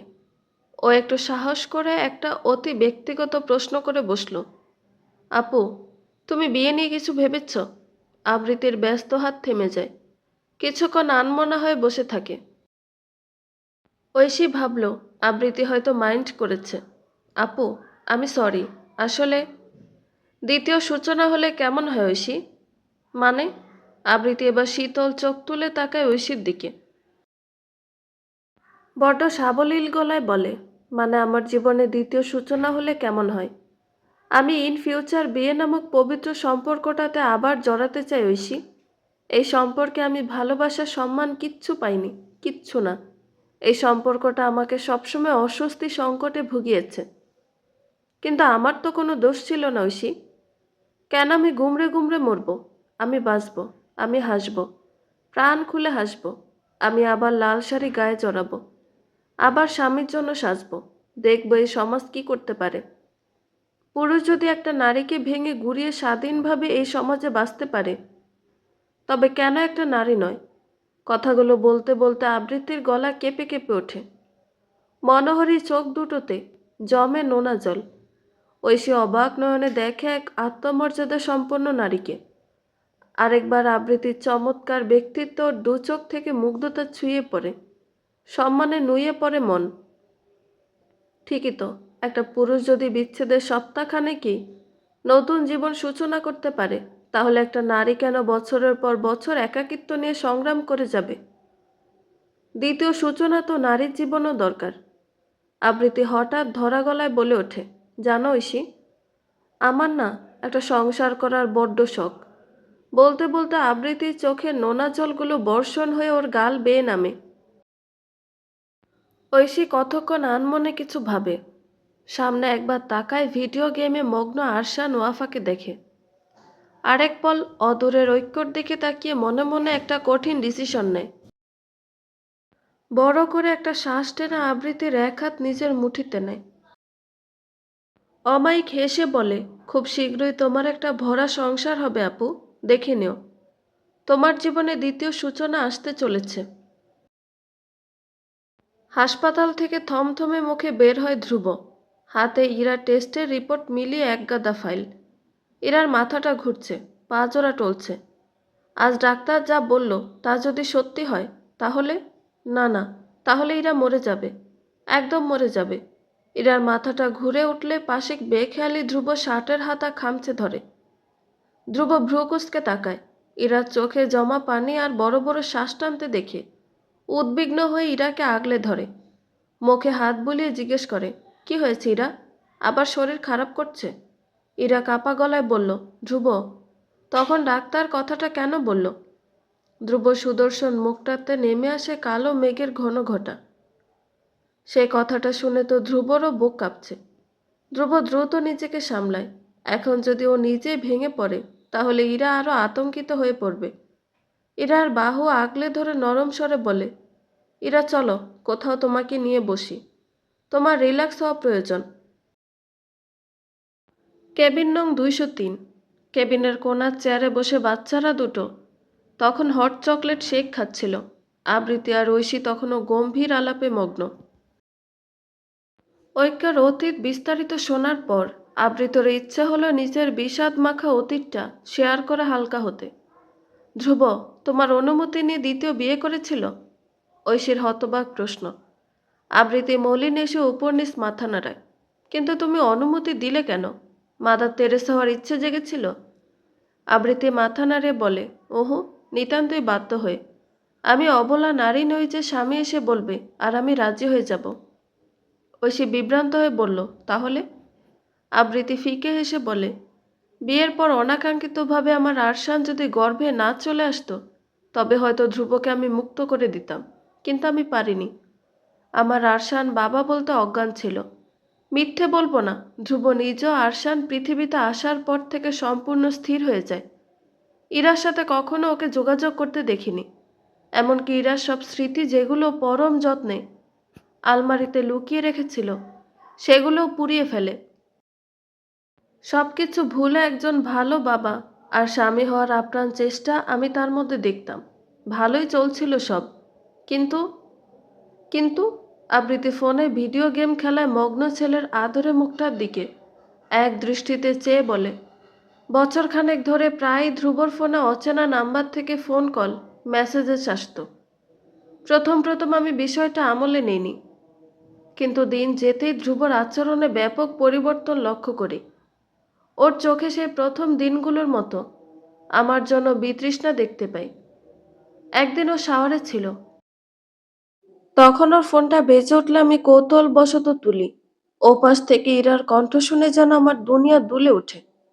এরপর থেকে প্রায়ই গভীর রাতে ইরার বিভিন্ন টেক্সট আসতো ধ্রুবর ফোনে। তখন আমি বুঝতে পারি আসলে ধ্রুব কখনো ইরাকে ভুলতেই পারেনি, আর না তো ইরা ভুলতে দিয়েছে। ঐশী বিহবলিত হয়ে আওড়ায়, তার মানে তোমাকে বিয়ে করার পরও ধ্রুব ইরার সাথে অ্যাফেয়ার চালিয়ে যাচ্ছিল? জানি না। ধ্রুবর ভাষ্য মতে তারা নাকি শুধুই বন্ধু ছিল। সবকিছু জানার পর আমি যখন ধ্রুবর থেকে কৈফিয়ত চাই তখন ধ্রুব আমার চোখে চোখ রেখে বলল, ও আর ইরা এখন শুধুই বন্ধু। সেই বন্ধুত্বের খাতিরেই নাকি ওরা পরস্পর যোগাযোগ রেখেছে। আচ্ছা, এত রাতে প্রাক্তনকে টেক্সট কোন বন্ধু দেয় বলতে পারো? এভাবে প্রায় 3 বছর চলল। আরশান বড় হলো, কিন্তু আমার আর ধ্রুব সম্পর্কের কোনো উন্নতি হলো না। ধ্রুব ইরার যোগাযোগ তখনও অব্যাহত। আমি জানতাম ইরার সাথে ধ্রুব কোনো অনৈতিক সম্পর্কে জড়ায়নি, কিন্তু তবুও আমার স্বামী হয়েও ধ্রুব যেন আমার ছিল না। কখনো কখনো আমার সাথে গল্প করতে বসলো, মুখ ফসকে ইরার বিষয়ে বলে ফেলতো। জানো ঐশী, ধ্রুব যখন ইরাকে নিয়ে কিছু বলতো তখন ওর চোখে আমি ইরার জন্য অপার মুগ্ধতা দেখতাম। তখন আমার না ভীষণ অপরাধ বোধ হতো। দুজন ভালোবাসার মানুষের মধ্যে আমি কেন তৃতীয় ব্যক্তি হয়ে ঢুকলাম? তারপর এরা গোপনে বিয়ে করে ফেলে, নিজেদের নোংরা মানসিকতার পরিচয় দেয়, তাই না? ঐশীর রোষপূর্ণ গলা, না মানে? আবৃত্তি রেস্টুরেন্টের স্বচ্ছ কাচের জানালা পেরিয়ে অদূরে তাকায় আর মনে হারিয়ে যায় নিজের অসহায় অতীতের পাতায়। মাম্মাম, পাপা কখন আসবে? ছেলের আধো আধো বুলি শুনে আবৃত্তি কক্ষের দেয়াল ঘড়ির দিকে তাকায়। সময় রাত 11টা বেজে 20। বাইরে তখন বৈশাখ মাসের আগমনী ঝড় বইছে। আবৃতির হঠাৎ কেমন অদ্ভুত অস্থিরতা শুরু হয়। কি ব্যাপার? ধ্রুবর ফিরতে আজ এত দেরি হচ্ছে কেন? আবৃতি বেডসাইড টেবিল থেকে নিজের ফোনটা তুলে ধ্রুবর নাম্বারে ডায়াল করে, কিন্তু ফোনটা রিং বেজে কেটে যায়। আবৃতি ভ্রু কুঁচকে আবার ট্রাই করে। এভাবে 2 বার ফোনটা রিং বেজে কেটে যায়।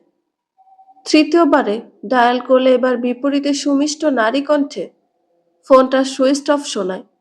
আবৃতি ফোনটা কান থেকে নামিয়ে ধড়ধড় করে ঘামতে থাকে। বাইরে ততক্ষণে উত্তাল কালবৈশাখী শুরু হয়েছে। গোটা ফ্ল্যাটে তখন শুধুমাত্র আবৃতি আর আরশান ব্যতীত কোনো জনপ্রাণী নেই। ওর শাশুড়ি ছোট ছেলে শ্বশুর বাড়িতে আজ বেড়াতে গিয়েছিলেন, তাই আজ আর ফেরেননি। আবৃতির চিন্তাযুক্ত চেহারা দেখে আরশান মায়ের কোলে চেপে বসে অবশ কণ্ঠে বলে, কি হয়েছে মাম্মা? পাপা ফোন পিক করছে না? আবৃতি ছেলেকে বকে জড়িয়ে নিল, মাথায় হাত বুলিয়ে উদ্বিগ্ন স্বরে বলল, তুমি ঘুমিয়ে যাও বাবা, তোমার পাপার আজ আসতে বোধহয় লেট হবে। যদিও ধ্রুব বাসায় ফেরা ব্যতীত আরশানকে ঘুম পাড়ানো অসম্ভব, কিন্তু কি বুঝি যেন বাচ্চাটা আজ আর বায়না করল না। লক্ষ্মী বাচ্চার মতো মায়ের কোলে মাথা রেখে শুয়ে পড়ল। আবৃতি চিন্তিত মনে আরশানের চুলে হাত বুলিয়ে দেয়। 10 মিনিট পর আরশানের ভারী নিঃশ্বাস পড়তে দেখে আবৃতি ওকে ঠিকভাবে বালিশে শুয়ে দেয়। তারপর পা টিপে টিপে ফোনটা নিয়ে বারান্দায় চলে যায়। বাইরে তখন ঝিরিঝিরি বৃষ্টি শুরু হয়েছে। বৃষ্টির ছাট এসে আবৃতির কোমল মুখটা ভিজিয়ে দিল, কিন্তু আবৃতির সেদিকে ভ্রুক্ষেপ নেই। ও ফোনের কল লিস্ট ঘেঁটে ধ্রুবর কলিগ ইমনের নাম্বারটা খুঁজে বের করে ডায়াল করে। ওপাশে সাথে সাথে রিসিভ হতে আবৃতি উৎকণ্ঠিত সুরে বলল, ইমন ভাই, আমি আবৃতি বলছি। আরে ভাবি, আপনি এত রাতে কল করেছেন? সব ঠিক আছে তো? ধ্রুব কোথায়? আবৃতির পিলে চমকে ওঠে। তার মানে ইমন ভাইও জানে না ধ্রুব কোথায়। ওপাশ থেকে ইমন হ্যালো হ্যালো করে যাচ্ছে। আবৃতি বিড়বিড় করে জিজ্ঞেস করে, ভাইয়া, অফিস কখন শেষ হয়েছে আপনাদের? সে তো অ্যাজ ইউজুয়াল 8টা 30। কেন, ধ্রুব এখনো বাসায় ফের? আর কিছু শোনার অপেক্ষা করলো না আবৃতি, খট করে লাইনটা কেটে দিল। আবৃতি স্তব্ধ হয়ে বারান্দায় আরশানের জন্য সেট করা দোলনায় বসল। বৃষ্টির তোড়ে ও ভিজে যাচ্ছে। শীতলতার তোড়ে রক্ত যাবার মতো উষ্ঠ জোড়া কেঁপে কেঁপে উঠছে। আচ্ছা, ধ্রুব কোথায়? ও ঠিক আছে তো? সকালে মৃদু আলো চোখে পড়তে আবৃতি ঘুমন্ত কপালে গুটি কয়েক ভাঁজের সৃষ্টি হলো।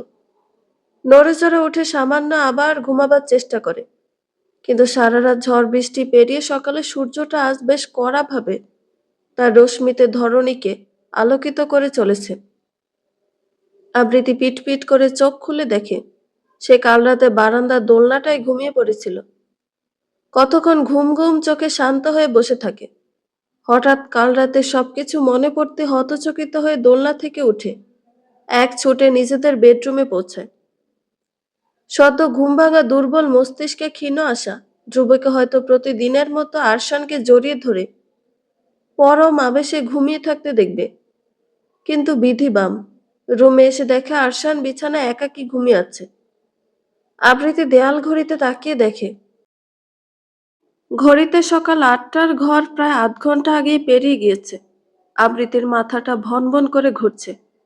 মস্তিষ্ক বারবার সাবধান করছে, ধ্রুবর কোনো বিপদ হলো না তো। ধ্রুবর প্রতি হয়তো আবৃতির কোনোদিন ভালোবাসা জন্মেনি, কিন্তু এই মানুষটা ওর সন্তানের বাবা। এই সত্যিটা সে কিছুতেই অস্বীকার করা যায় না। ও আর কিছু ভাবতে পারল না। মনে মনে ঠিক করলো ধ্রুবকে নিজেই খুঁজতে বের হবে। মনে মনে ঠিক করে ওয়াশরুমের দিকে ছোটে। কোনো মতে ঘুম কাটানোর জন্য মুখ চোখে সামান্য পানি ছিটিয়ে মুখটা না মুছি বাথরুম থেকে বড় বড় পা ফেলে বের হয়। ফোন আর পাঁচটা ভেগে পড়তেই ফ্ল্যাটের কলিং বেল বেজে ওঠে। আবৃতি অবাক হলো, ভাবলো হয়তো তার শাশুড়িরা চলে এসেছে। আবৃতি কপালে দুশ্চিন্তায় ঘাম জমল। তার শাশুড়ি তাকে বিশেষ পছন্দ করেন না। আগে ওর শ্বশুর বেঁচে থাকাকালীন আবৃতিকে কোনো কথা না শোনালেও ওর শ্বশুর মারা যেতে যেতে আবৃতিকে উঠতে বসতে কটু কথার বাণে জর্জরিত করেন তিনি। ইরার মতো গুণী মেয়েকে ছেলের বউ করতে না পারার হাপিত্যে সে মরে যান। ও দুরু দুরু বোক নিয়ে ড্রয়িং রুমে আসে। কাপা হাতে দরজাটা খুলতেই ওর আপাদ মস্তক একটা ঝাঁকি দিয়ে ওঠে। দরজার ওপাশে ধ্রুব উস্কো খুস্কো চুলে মাথা নিচু করে দাঁড়িয়ে আছে। ধ্রুবকে দেখে আবৃতির জানে যেন পানি আসলো। ও হাত টেনে ধ্রুবকে ঘরে ঢুকিয়ে দরজাটা বন্ধ করে দিল। আবৃতি অনুভব করলো ও ধরে রাখা হাতেও ধ্রুবর শরীরটা অস্বাভাবিকভাবে কেঁপে উঠছে। আবৃতি নিজেকে ধাতস্থ করে ধ্রুবর আপাদমস্তক দেখল। শরীরে অফিসের কোটটায় অনুপস্থিত। চোখ দুটো অসম্ভব লাল, যেন সারা রাত এক ফোঁটাও ঘুমায়নি। সাদা রঙের শার্টটার বুকের কাছে দুটো বোতাম ছেঁড়া। আবৃতি সেদিকে বেখালে নিজের হাতটা এগুলে এতক্ষণ জড়বস্তুর মতো দাঁড়িয়ে থাকা ধ্রুব আঁতকে ওঠে, চোখের পলকে দুপা পিছিয়ে যায়। আবৃতি অবাক গলায় বলল, কি হয়েছে ধ্রুব? আর তুমি সারা রাত কোথায় ছিলে? ধ্রুব এক পলক আবৃতির চোখের দিকে তাকালো, কিন্তু সাথে সাথে চোখ নামিয়ে খানিকটা চুরি ধরার মতো করে মেঝেতে এলোমেলো দৃষ্টি ফেলল। ঈষৎ কম্পিত গলায় তুতলে বলল, এক কাজে বন্ধুর বাসায় গিয়েছিলাম। ঝড় বৃষ্টি দেখিয়ে ও আর বেরোতে দেয়নি, তাই রাতটুকু সেখানেই থেকে গিয়েছিলাম। পুরোটা কথা ধ্রুব সম্পূর্ণ মেঝের দিকে চেয়ে বলে, যেন কোনো কারণেও আবৃতির চোখে চোখ মেলানোর সাহস পাচ্ছে না। আবৃতি কিছু বলতে মুখ হা করবে, এমন সময় ধ্রুব হন্তদন্ত হয়ে বলল, আবৃতি, আমার মাথাটা প্রচন্ড ধরেছে। আমি ফ্রেশ হয়ে একটু ঘুমাবো, প্লিজ এখন যাই। একথা বলে বড় বড় পা ফেলে চলে যায় বেডরুম ছেড়ে, যেন আবৃতির থেকে পালাতে চেয়েছে। ধ্রুব চলে যাওয়ার পর আবৃতি স্তব্ধ বদনে সেখানে স্ট্যাচুর মতো দাঁড়িয়ে থাকে। হঠাৎ বাসার কলিং বেল পুনরায় বেজে ওঠে। আবৃতি চমকে উঠে দরজার দিকে এগোয়। দরজা খুলতেই দেখে ওর শাশুড়ি দীপ্ত আর ওর নতুন বউ দাঁড়িয়ে আছে। আবৃতিকে সঙ্গের মতো দাঁড়িয়ে থাকতে দেখে ওর শাশুড়ি এক প্রকার ঠেলে ভেতরে ঢোকে। চারদিকে শান্ত নিরিবিলি পরিবেশ দেখে ভ্রু কুঁচকে বলল, কি ব্যাপার, সব এরকম শান্ত কেন? আর আমার দাদুভাই আর ধ্রুব কোথায়? ধ্রুবর কালকে ঘরে না ফেরার কথাটা আবৃতি চেপে গেল। শুধু শুধু ঘরে অশান্তি করতে নারাজও। মা, আরশানের পাপার মাথাটা ধরেছে, তাই ঘুমোচ্ছে। ধ্রুবর মা ক্লান্ত থাকায় আর কথা বাড়ালেন না। আবৃতিকে লেবু চা করতে নির্দেশ দিয়ে নিজের ঘরের দিকে এগুলেন। ভাবি, আমি কি এক কাপ কড়া কফি পেতে পারি? পাশ থেকে সোনিয়া দীপ্তর পেটে গুঁতো দিয়ে বলল, ভাবি কেন? তোমার জন্য কষ্ট করে কফি বানাবে।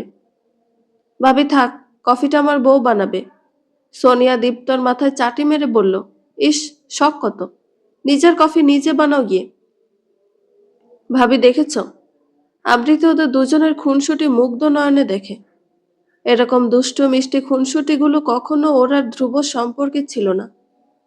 দীপ্ত আর সোনিয়া দুজনের লাভ ম্যারেজ। বিনা বাধায় পরিবারের সম্মতিতে দুজনে বিয়ে করেছে। প্রেম ভালোবাসায় বাধা দেওয়া মানুষটাই যে আর বেঁচে নেই। আচ্ছা, ধ্রুব যদি ইরাকে বিয়ে করতে পারত, তাহলে তারাও কি এমন মিষ্টি মিষ্টি ঝগড়া করত? অতীতের কথা এই পর্যন্ত বলে আবৃতি খানিকটা দম নেয়। আই কান্ট বিলিভ, কি পরিমাণ হিপোক্রিট এই মহিলা। ধ্রুব বিবাহিত, বাচ্চা আছে জেনেও ধ্রুবর সাথে নোংরামো চালিয়ে গিয়েছে।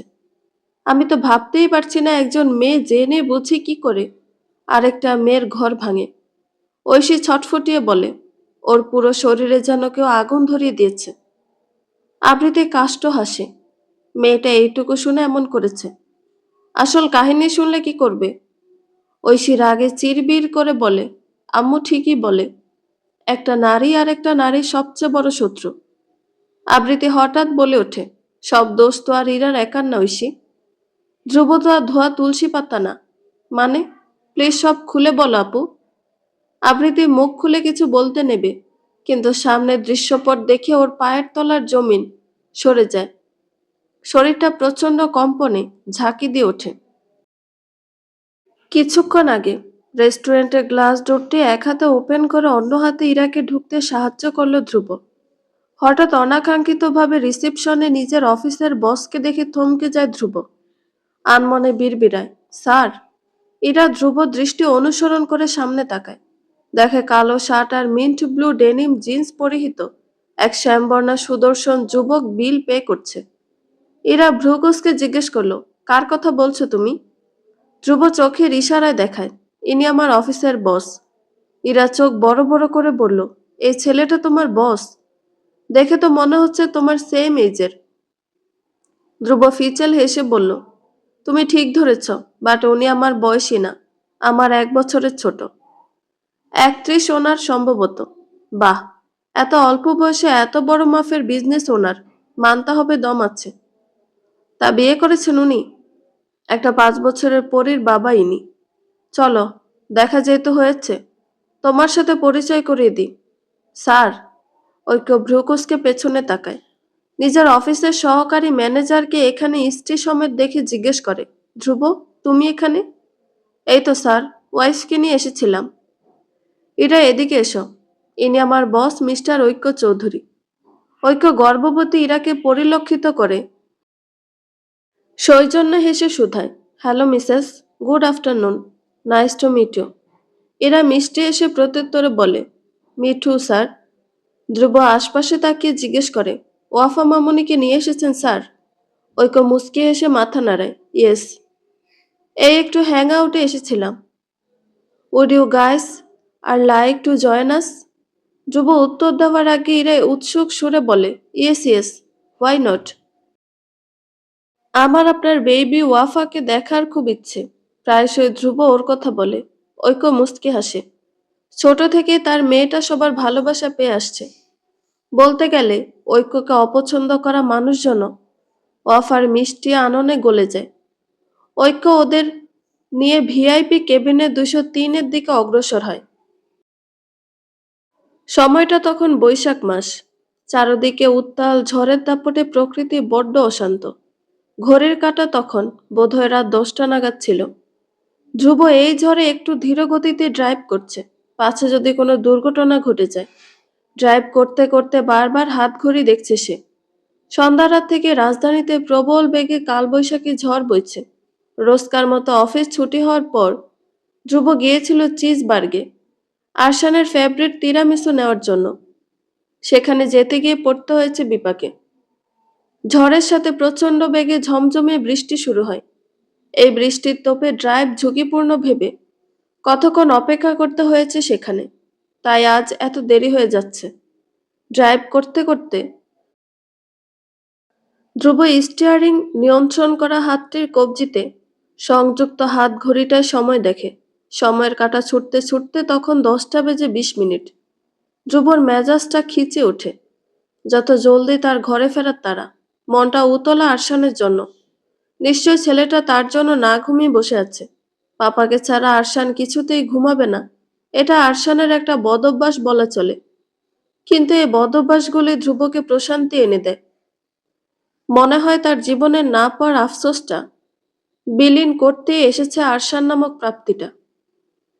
ছেলের কথা মনে করে ধ্রুবর অধৈর্যরা স্নিগ্ধ হাসিতে প্রসারিত হলো। হঠাৎ পাশের সিটে থাকা সেলফোনটা বেজে ওঠে। ধ্রুব ভ্রুকুসকে এক হাতে স্টিয়ারিং সামলে ফোনটা হাতে নেয়। ভেবেছিল আবৃত্তির কল, কিন্তু স্ক্রিনে অপ্রত্যাশিত ইরানি নামটা দেখে খানিকটা অবাক হলো সে। ফোন রিসিভ করতেই ওপাশে শোনা গেল রমণীর নিদারুণ ক্রন্দনধ্বনি। ধ্রুবর কুঁচকানো ভ্রুযুগল শিথিল হয়ে আসে।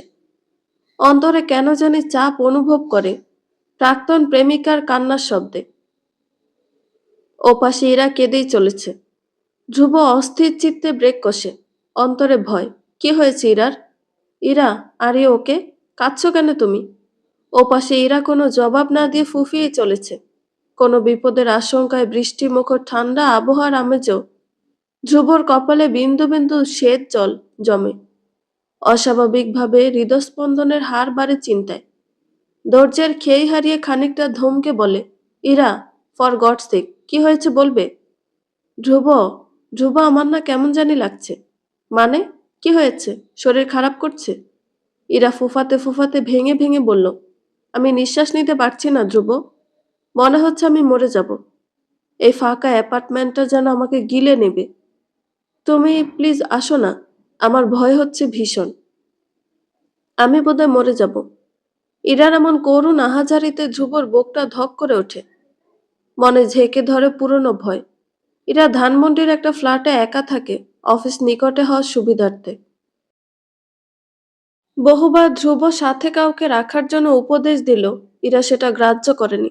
ওর এক কথা, সাথে কেউ থাকা মানে নিজের ব্যক্তিগত জিনিসগুলো না চাইতেও শেয়ার করা, যেটা ইরার সবচেয়ে অপছন্দের একটি কাজ। ধ্রুবকে হারানোর পর প্রচন্ড মানসিক ট্রমা আর হতাশা থেকে দুবার ইরা সুইসাইডের চেষ্টা করে। সেই পুরনো ভয়টা ধ্রুবকে ভীত করে তোলে।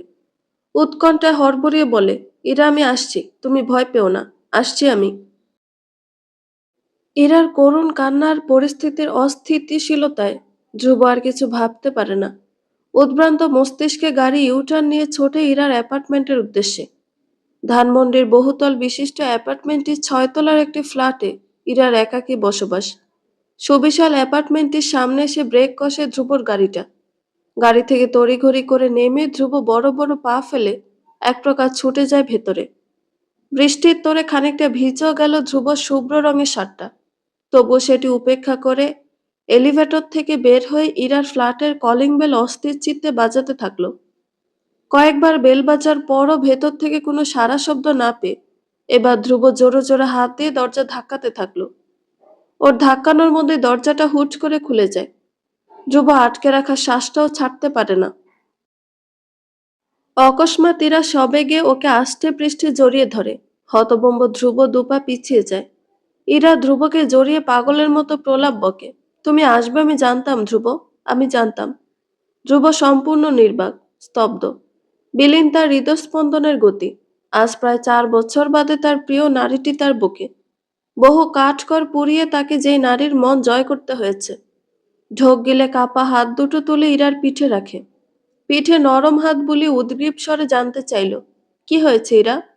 ধ্রুব, আমি আর পারছি না। ধ্রুব, আর পারছি না। আমি বোধহয় মরে যাব। এই একাকিত্ব, হতাশা আমাকে গ্রাস করে নেবে। ইরা এবার শব্দ করে কেঁদে দেয়।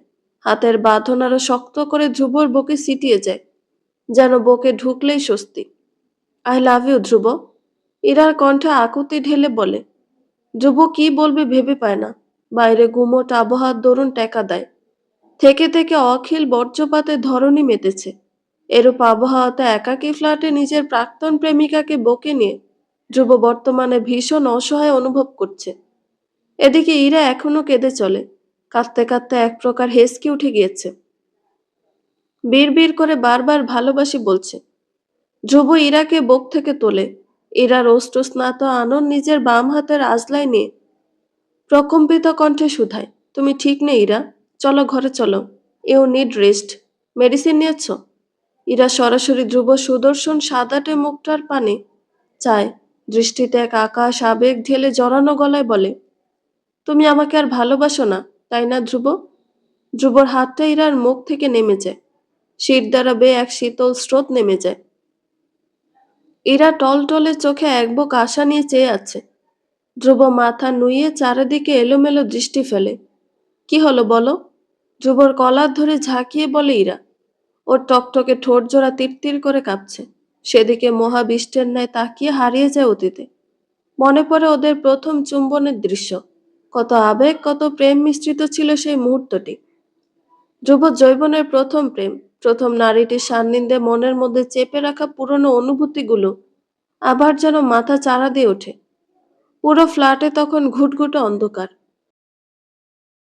শুধুমাত্র একটা হলুদ ডিম লাইট জ্বলছে। সে আলোতে ধ্রুব এবার নিগুড় দৃষ্টিতে আপাদমস্তক চোখ বুলিয়ে দেখে ইরাকে। এরা লাস্ট সময় নারী বদনে একটি লাল রঙা নাইটি, যেটার কোটি হাত ঝাঁকানোয় কাঁধ থেকে খসে পড়েছে বহু আগে। বের হয়ে আছে তার আকর্ষণীয় নারী কায়া। চারদিকে তখন আকাশ ভেঙে ঝমঝমিয়ে পড়ছে বাড়িধারা। শীতল বৃষ্টিমুখর আবহাওয়াও যেন আশকারা দেয় ধ্রুবর নিষিদ্ধ অনুভূতিতে। জাগতিক সকল হুঁশ জ্ঞান হারিয়ে হঠাৎ ইরাকে কাছে টানে। বলিষ্ঠ হাতে ইরা শ্যামরঙা মুখটি ছুঁয়ে ফিসফিস করে বলে, ভালোবাসি। ব্যাস, ইরার আর কোনো উত্তরের প্রয়োজন বোধহয় নেই। নিজে থেকেই প্রচন্ড ব্যাকুলতা আঁকড়ে ধরে ধ্রুবর ওষ্ঠজোড়া। ধ্রুব যেন হারিয়ে ফেলে নিজেকে। আলগোছে দুহাতে আঁকড়ে ধরে ইরার লতানো কোমর। হ্যাঁচকা টানে নিয়ে আসে নিজের আরো নিকটে। ভুলে যায় নিজের পরিচয়। সে কারো স্বামী, কারো পিতা, যারা তার জন্য অধীর আগ্রহে অপেক্ষা করছে একাকী ঘরে। নীতি ঔচিত্য বোধের সীমারেখা বিসর্জন দিয়ে ধ্রুব ইরার ঠোঁট ছেড়ে অস্থির হয়ে ইরাকে কোলে তুলে নেয়। বড় বড় পা ফেলে অগ্রসর হয় ইরার বেডরুমের দিকে। একাকী নির্জন একটি ফ্ল্যাট, যেখানে সেদিন রচিত হয় একটি নারীর বিশ্বাস খুন করার গল্প। যে নারী স্বামীর চিন্তায় ওদিকে নির্ঘুম রাত্রি যাপন করছে। বন্ধ দরজার এপারে কাউচে পড়ে থাকা ব্লেজারের পকেটে ধ্রুবর ফোনটা রিং হতে হতে একসময় বন্ধ হয়ে যায় অলক্ষ্যে। কি ভাই, আজকে বাসায় ফিরবি না? অতীত থেকে ছিটকে যেন বাস্তবে ফেরে ধ্রুব। তেমনি সংবিত ফিরল তার। অতীতের সেই রাতটা আজ কেন জানি অনেক মনে পড়ছে ধ্রুবর। নিজের অন্যায়গুলো যেন বুকে কোটি মন ওজন ভারী মনে হচ্ছে। শ্বাসটাও নিতেও যেন কষ্ট হচ্ছে। আমি অনেক খারাপ একটা মানুষ, তাই না রিমেল? ধ্রুবর কণ্ঠটা বড়ই করুণ শোনালো। ধ্রুবর আতঙ্কগ্রস্ত চেহারা পরখ করে রিমেল বলে উঠল, তুই বোধহয় ঠিক নেই ধ্রুব। ইরার সাথে কিছু হয়েছে? ধ্রুব উত্তর না দিয়ে অদূরে আকাশ পানে তাকিয়ে রইল। ওর কোনো হেলদোল না দেখে রিমেল হতাশ নিঃশ্বাস ছাড়ে। জানে ধ্রুব ঠিক নেই। উপরে যতই নিজেকে শক্ত দেখাক না কেন, ভেতর ভেতর ভেঙে চুরমার হয়ে যাচ্ছে। পুরুষ মানুষের জীবন বড় কঠিন। এরা না পারে কাউকে কৈফিয়ত দিতে, আর না পারে মনের দুঃখ হতাশা কারো সাথে শেয়ার করে হালকা হতে। আবৃত্তি কেন থেকে গেল না রিমেল? ধ্রুবর ভীষণ অসহায় গলা। রিমেল হতাশ নিঃশ্বাস ছেড়ে বলল, এখন আর কি করবি ভাই? আবৃত্তি যেমন ব্যক্তিত্বের মেয়ে। কি মনে হয়েছিল সবকিছু জানার পরও ও তোর সাথে সংসার করে যাবে? ধ্রুব নিরুত্তর। সেটা ভালো করে জানতো বলেই তো সেদিন রাতের ঘটনাটা লুকিয়ে রেখেছিল। ভেবেছিল কোনোদিন জানাবে না কলুষিত সত্যিটা আবৃত্তিকে, হারাতে দেবে না আবৃত্তিকে। কিন্তু ভাগ্য যে পরিকল্পনা অনুসারে চলে না, তাই তো নিয়তি তার সাথে এমন খেলা খেলল যে আজ তার অবস্থা অকল পাথরের মতো। ওকে চুপ থাকতে দেখে রিমেল নিজেই ওর কাঁধে নিজের হাত রাখে। আশ্বাসের সুরে বলে, ধ্রুব, তুই না স্বীকার করলেও আমি জানি মনে মনে তুই আবৃত্তির জন্য দুর্বল। ওকে ডিভোর্স তুই বাধ্য হয়ে দিয়েছিস। কিন্তু ভাই, যা হওয়ার হয়েছে। যে চলেই গিয়েছে সে অতীত। এখন যে বর্তমানে আছে তাকে অন্তত আঁকড়ে ধরে রাখ। তাকে পুরোপুরি ভালো রাখ। এরা আমারও বন্ধু। আমি জানি উপরে যতই ও নিজেকে শক্ত দেখাক, ও মানসিকভাবে প্রচন্ড ভেঙে পড়েছে। ওই দিন দেখেছিলাম কেমন গুটিয়ে গিয়েছে। ও হয়তো মনে মনে অনেক অপরাধ বোধে ভোগে। এখন তুই যদি এভাবে দূরে দূরে থাকিস, তাহলে মেয়েটা যাবে কোথায়? তুই তো জানিস ওর পাশে মা বাবা ভাই বোন কেউ নেই, একমাত্র তুই ছাড়া। ধ্রুব কোনো উত্তর দেয় না। আপন মনে মগ্ন থেকে হঠাৎ বলে ওঠে, জানিস আজকে কি হয়েছে? কি হয়েছে? রিমেল ভ্রু কুঁচকে বলল, আজ আবৃত্তি আর আরশানের সাথে দেখা হয়েছিল। রিমেল অবাক হয়ে বলল, কোথায়? ধ্রুবর মনে পড়ে আজকের বিকেলের ঘটনাটা। ঐক্য চৌধুরীর সাথে প্রফুল্ল চিত্তে এগিয়ে গিয়ে নিজের সন্তান আর প্রাক্তন স্ত্রীকে দেখে এক মুহূর্তের জন্য থমকে যায় ধ্রুব।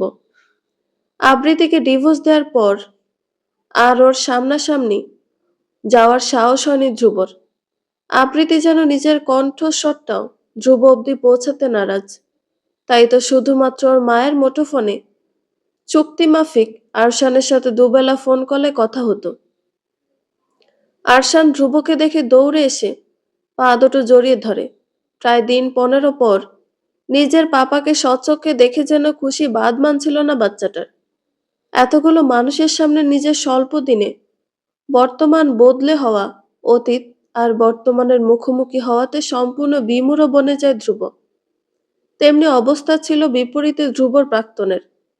আবৃত্তি প্রথমে হতবাক হয়ে দাঁড়িয়ে থাকলো, পরক্ষণে খুব দ্রুত নিজেকে সামলে ধ্রুবর সাথে কুশল বিনিময় করে, যেন ওরা একে অপরের প্রাক্তন নয়, কোনো পুরনো বন্ধু। লজ্জায় অস্বস্তিতে ইরা একপাশে গাঢ় হয়ে দাঁড়িয়েছিল। হঠাৎ গুমট পরিস্থিতির মধ্যে বর্জ্য ধ্বনির মতো শোনা ইরার উদ্দেশ্যে বলা ঐশীর কথাটি। একটি নারীর গোটা সংসার ভেঙে নারী তুমি নিজের ইমারত গড়তে চেয়েছ? তোমার ধ্বংস যে অনিবার্য। ইরা আঁতকে ওঠে কথাটা শুনে। এমনিতে আতঙ্কগ্রস্ত ছিল, তার ওপর ঐশীর কথার বানে হতবুদ্ধি বনে গিয়ে দুপা পিছিয়ে যায়। ঐশীর ঘৃণা মিশ্রিত কণ্ঠ হতে যেন শত জন্মের কোনো ক্ষোভের বহিঃপ্রকাশ হলো। ইরা লজ্জায় যেন মাটির সাথে মিশে যাবে। নমিত চোখ নিয়ে একপাশে সিটিয়ে দাঁড়িয়েছিল বাকিটা সময়। পাশে খুব করে চাইছিল তখন ধ্রুবকে, কিন্তু ধ্রুবর অসহায় চোখ ছিল মেরুন রঙা সালোয়ার স্যুট পরিহিতা আবৃতির দিকে। শাড়ি পরিহিতা ধ্রুবর স্ত্রী আবৃতির সাথে এই আবৃতির কোনো মিল খুঁজে পাচ্ছিল না ধ্রুব। এই আবৃতি যেন কোনো আগুনের শিখা, যে নিজেকে পুড়িয়ে আরো তেজি করেছে। উত্তপ্তকর বিব্রত পরিস্থিতিটা সে যাত্রা সামলে নেয় ঐক্য। নিজের সকল কৌতূহল চেপে ধ্রুবকে বিদায় দিয়ে সবাইকে নিয়ে বের হয়ে আসে রেস্টুরেন্ট থেকে। বন্ধুরা, গল্পটি ভালো লেগে থাকলে একটা লাইক করে দিবেন এবং গল্প সম্পর্কে কোনো মতামত জানানোর থাকলে কমেন্ট করতে পারেন। গল্পের বাকি অংশ শোনার জন্য চ্যানেলটি সাবস্ক্রাইব করে পাশেই থাকবেন। ধন্যবাদ সবাইকে। ভালো থাকবেন।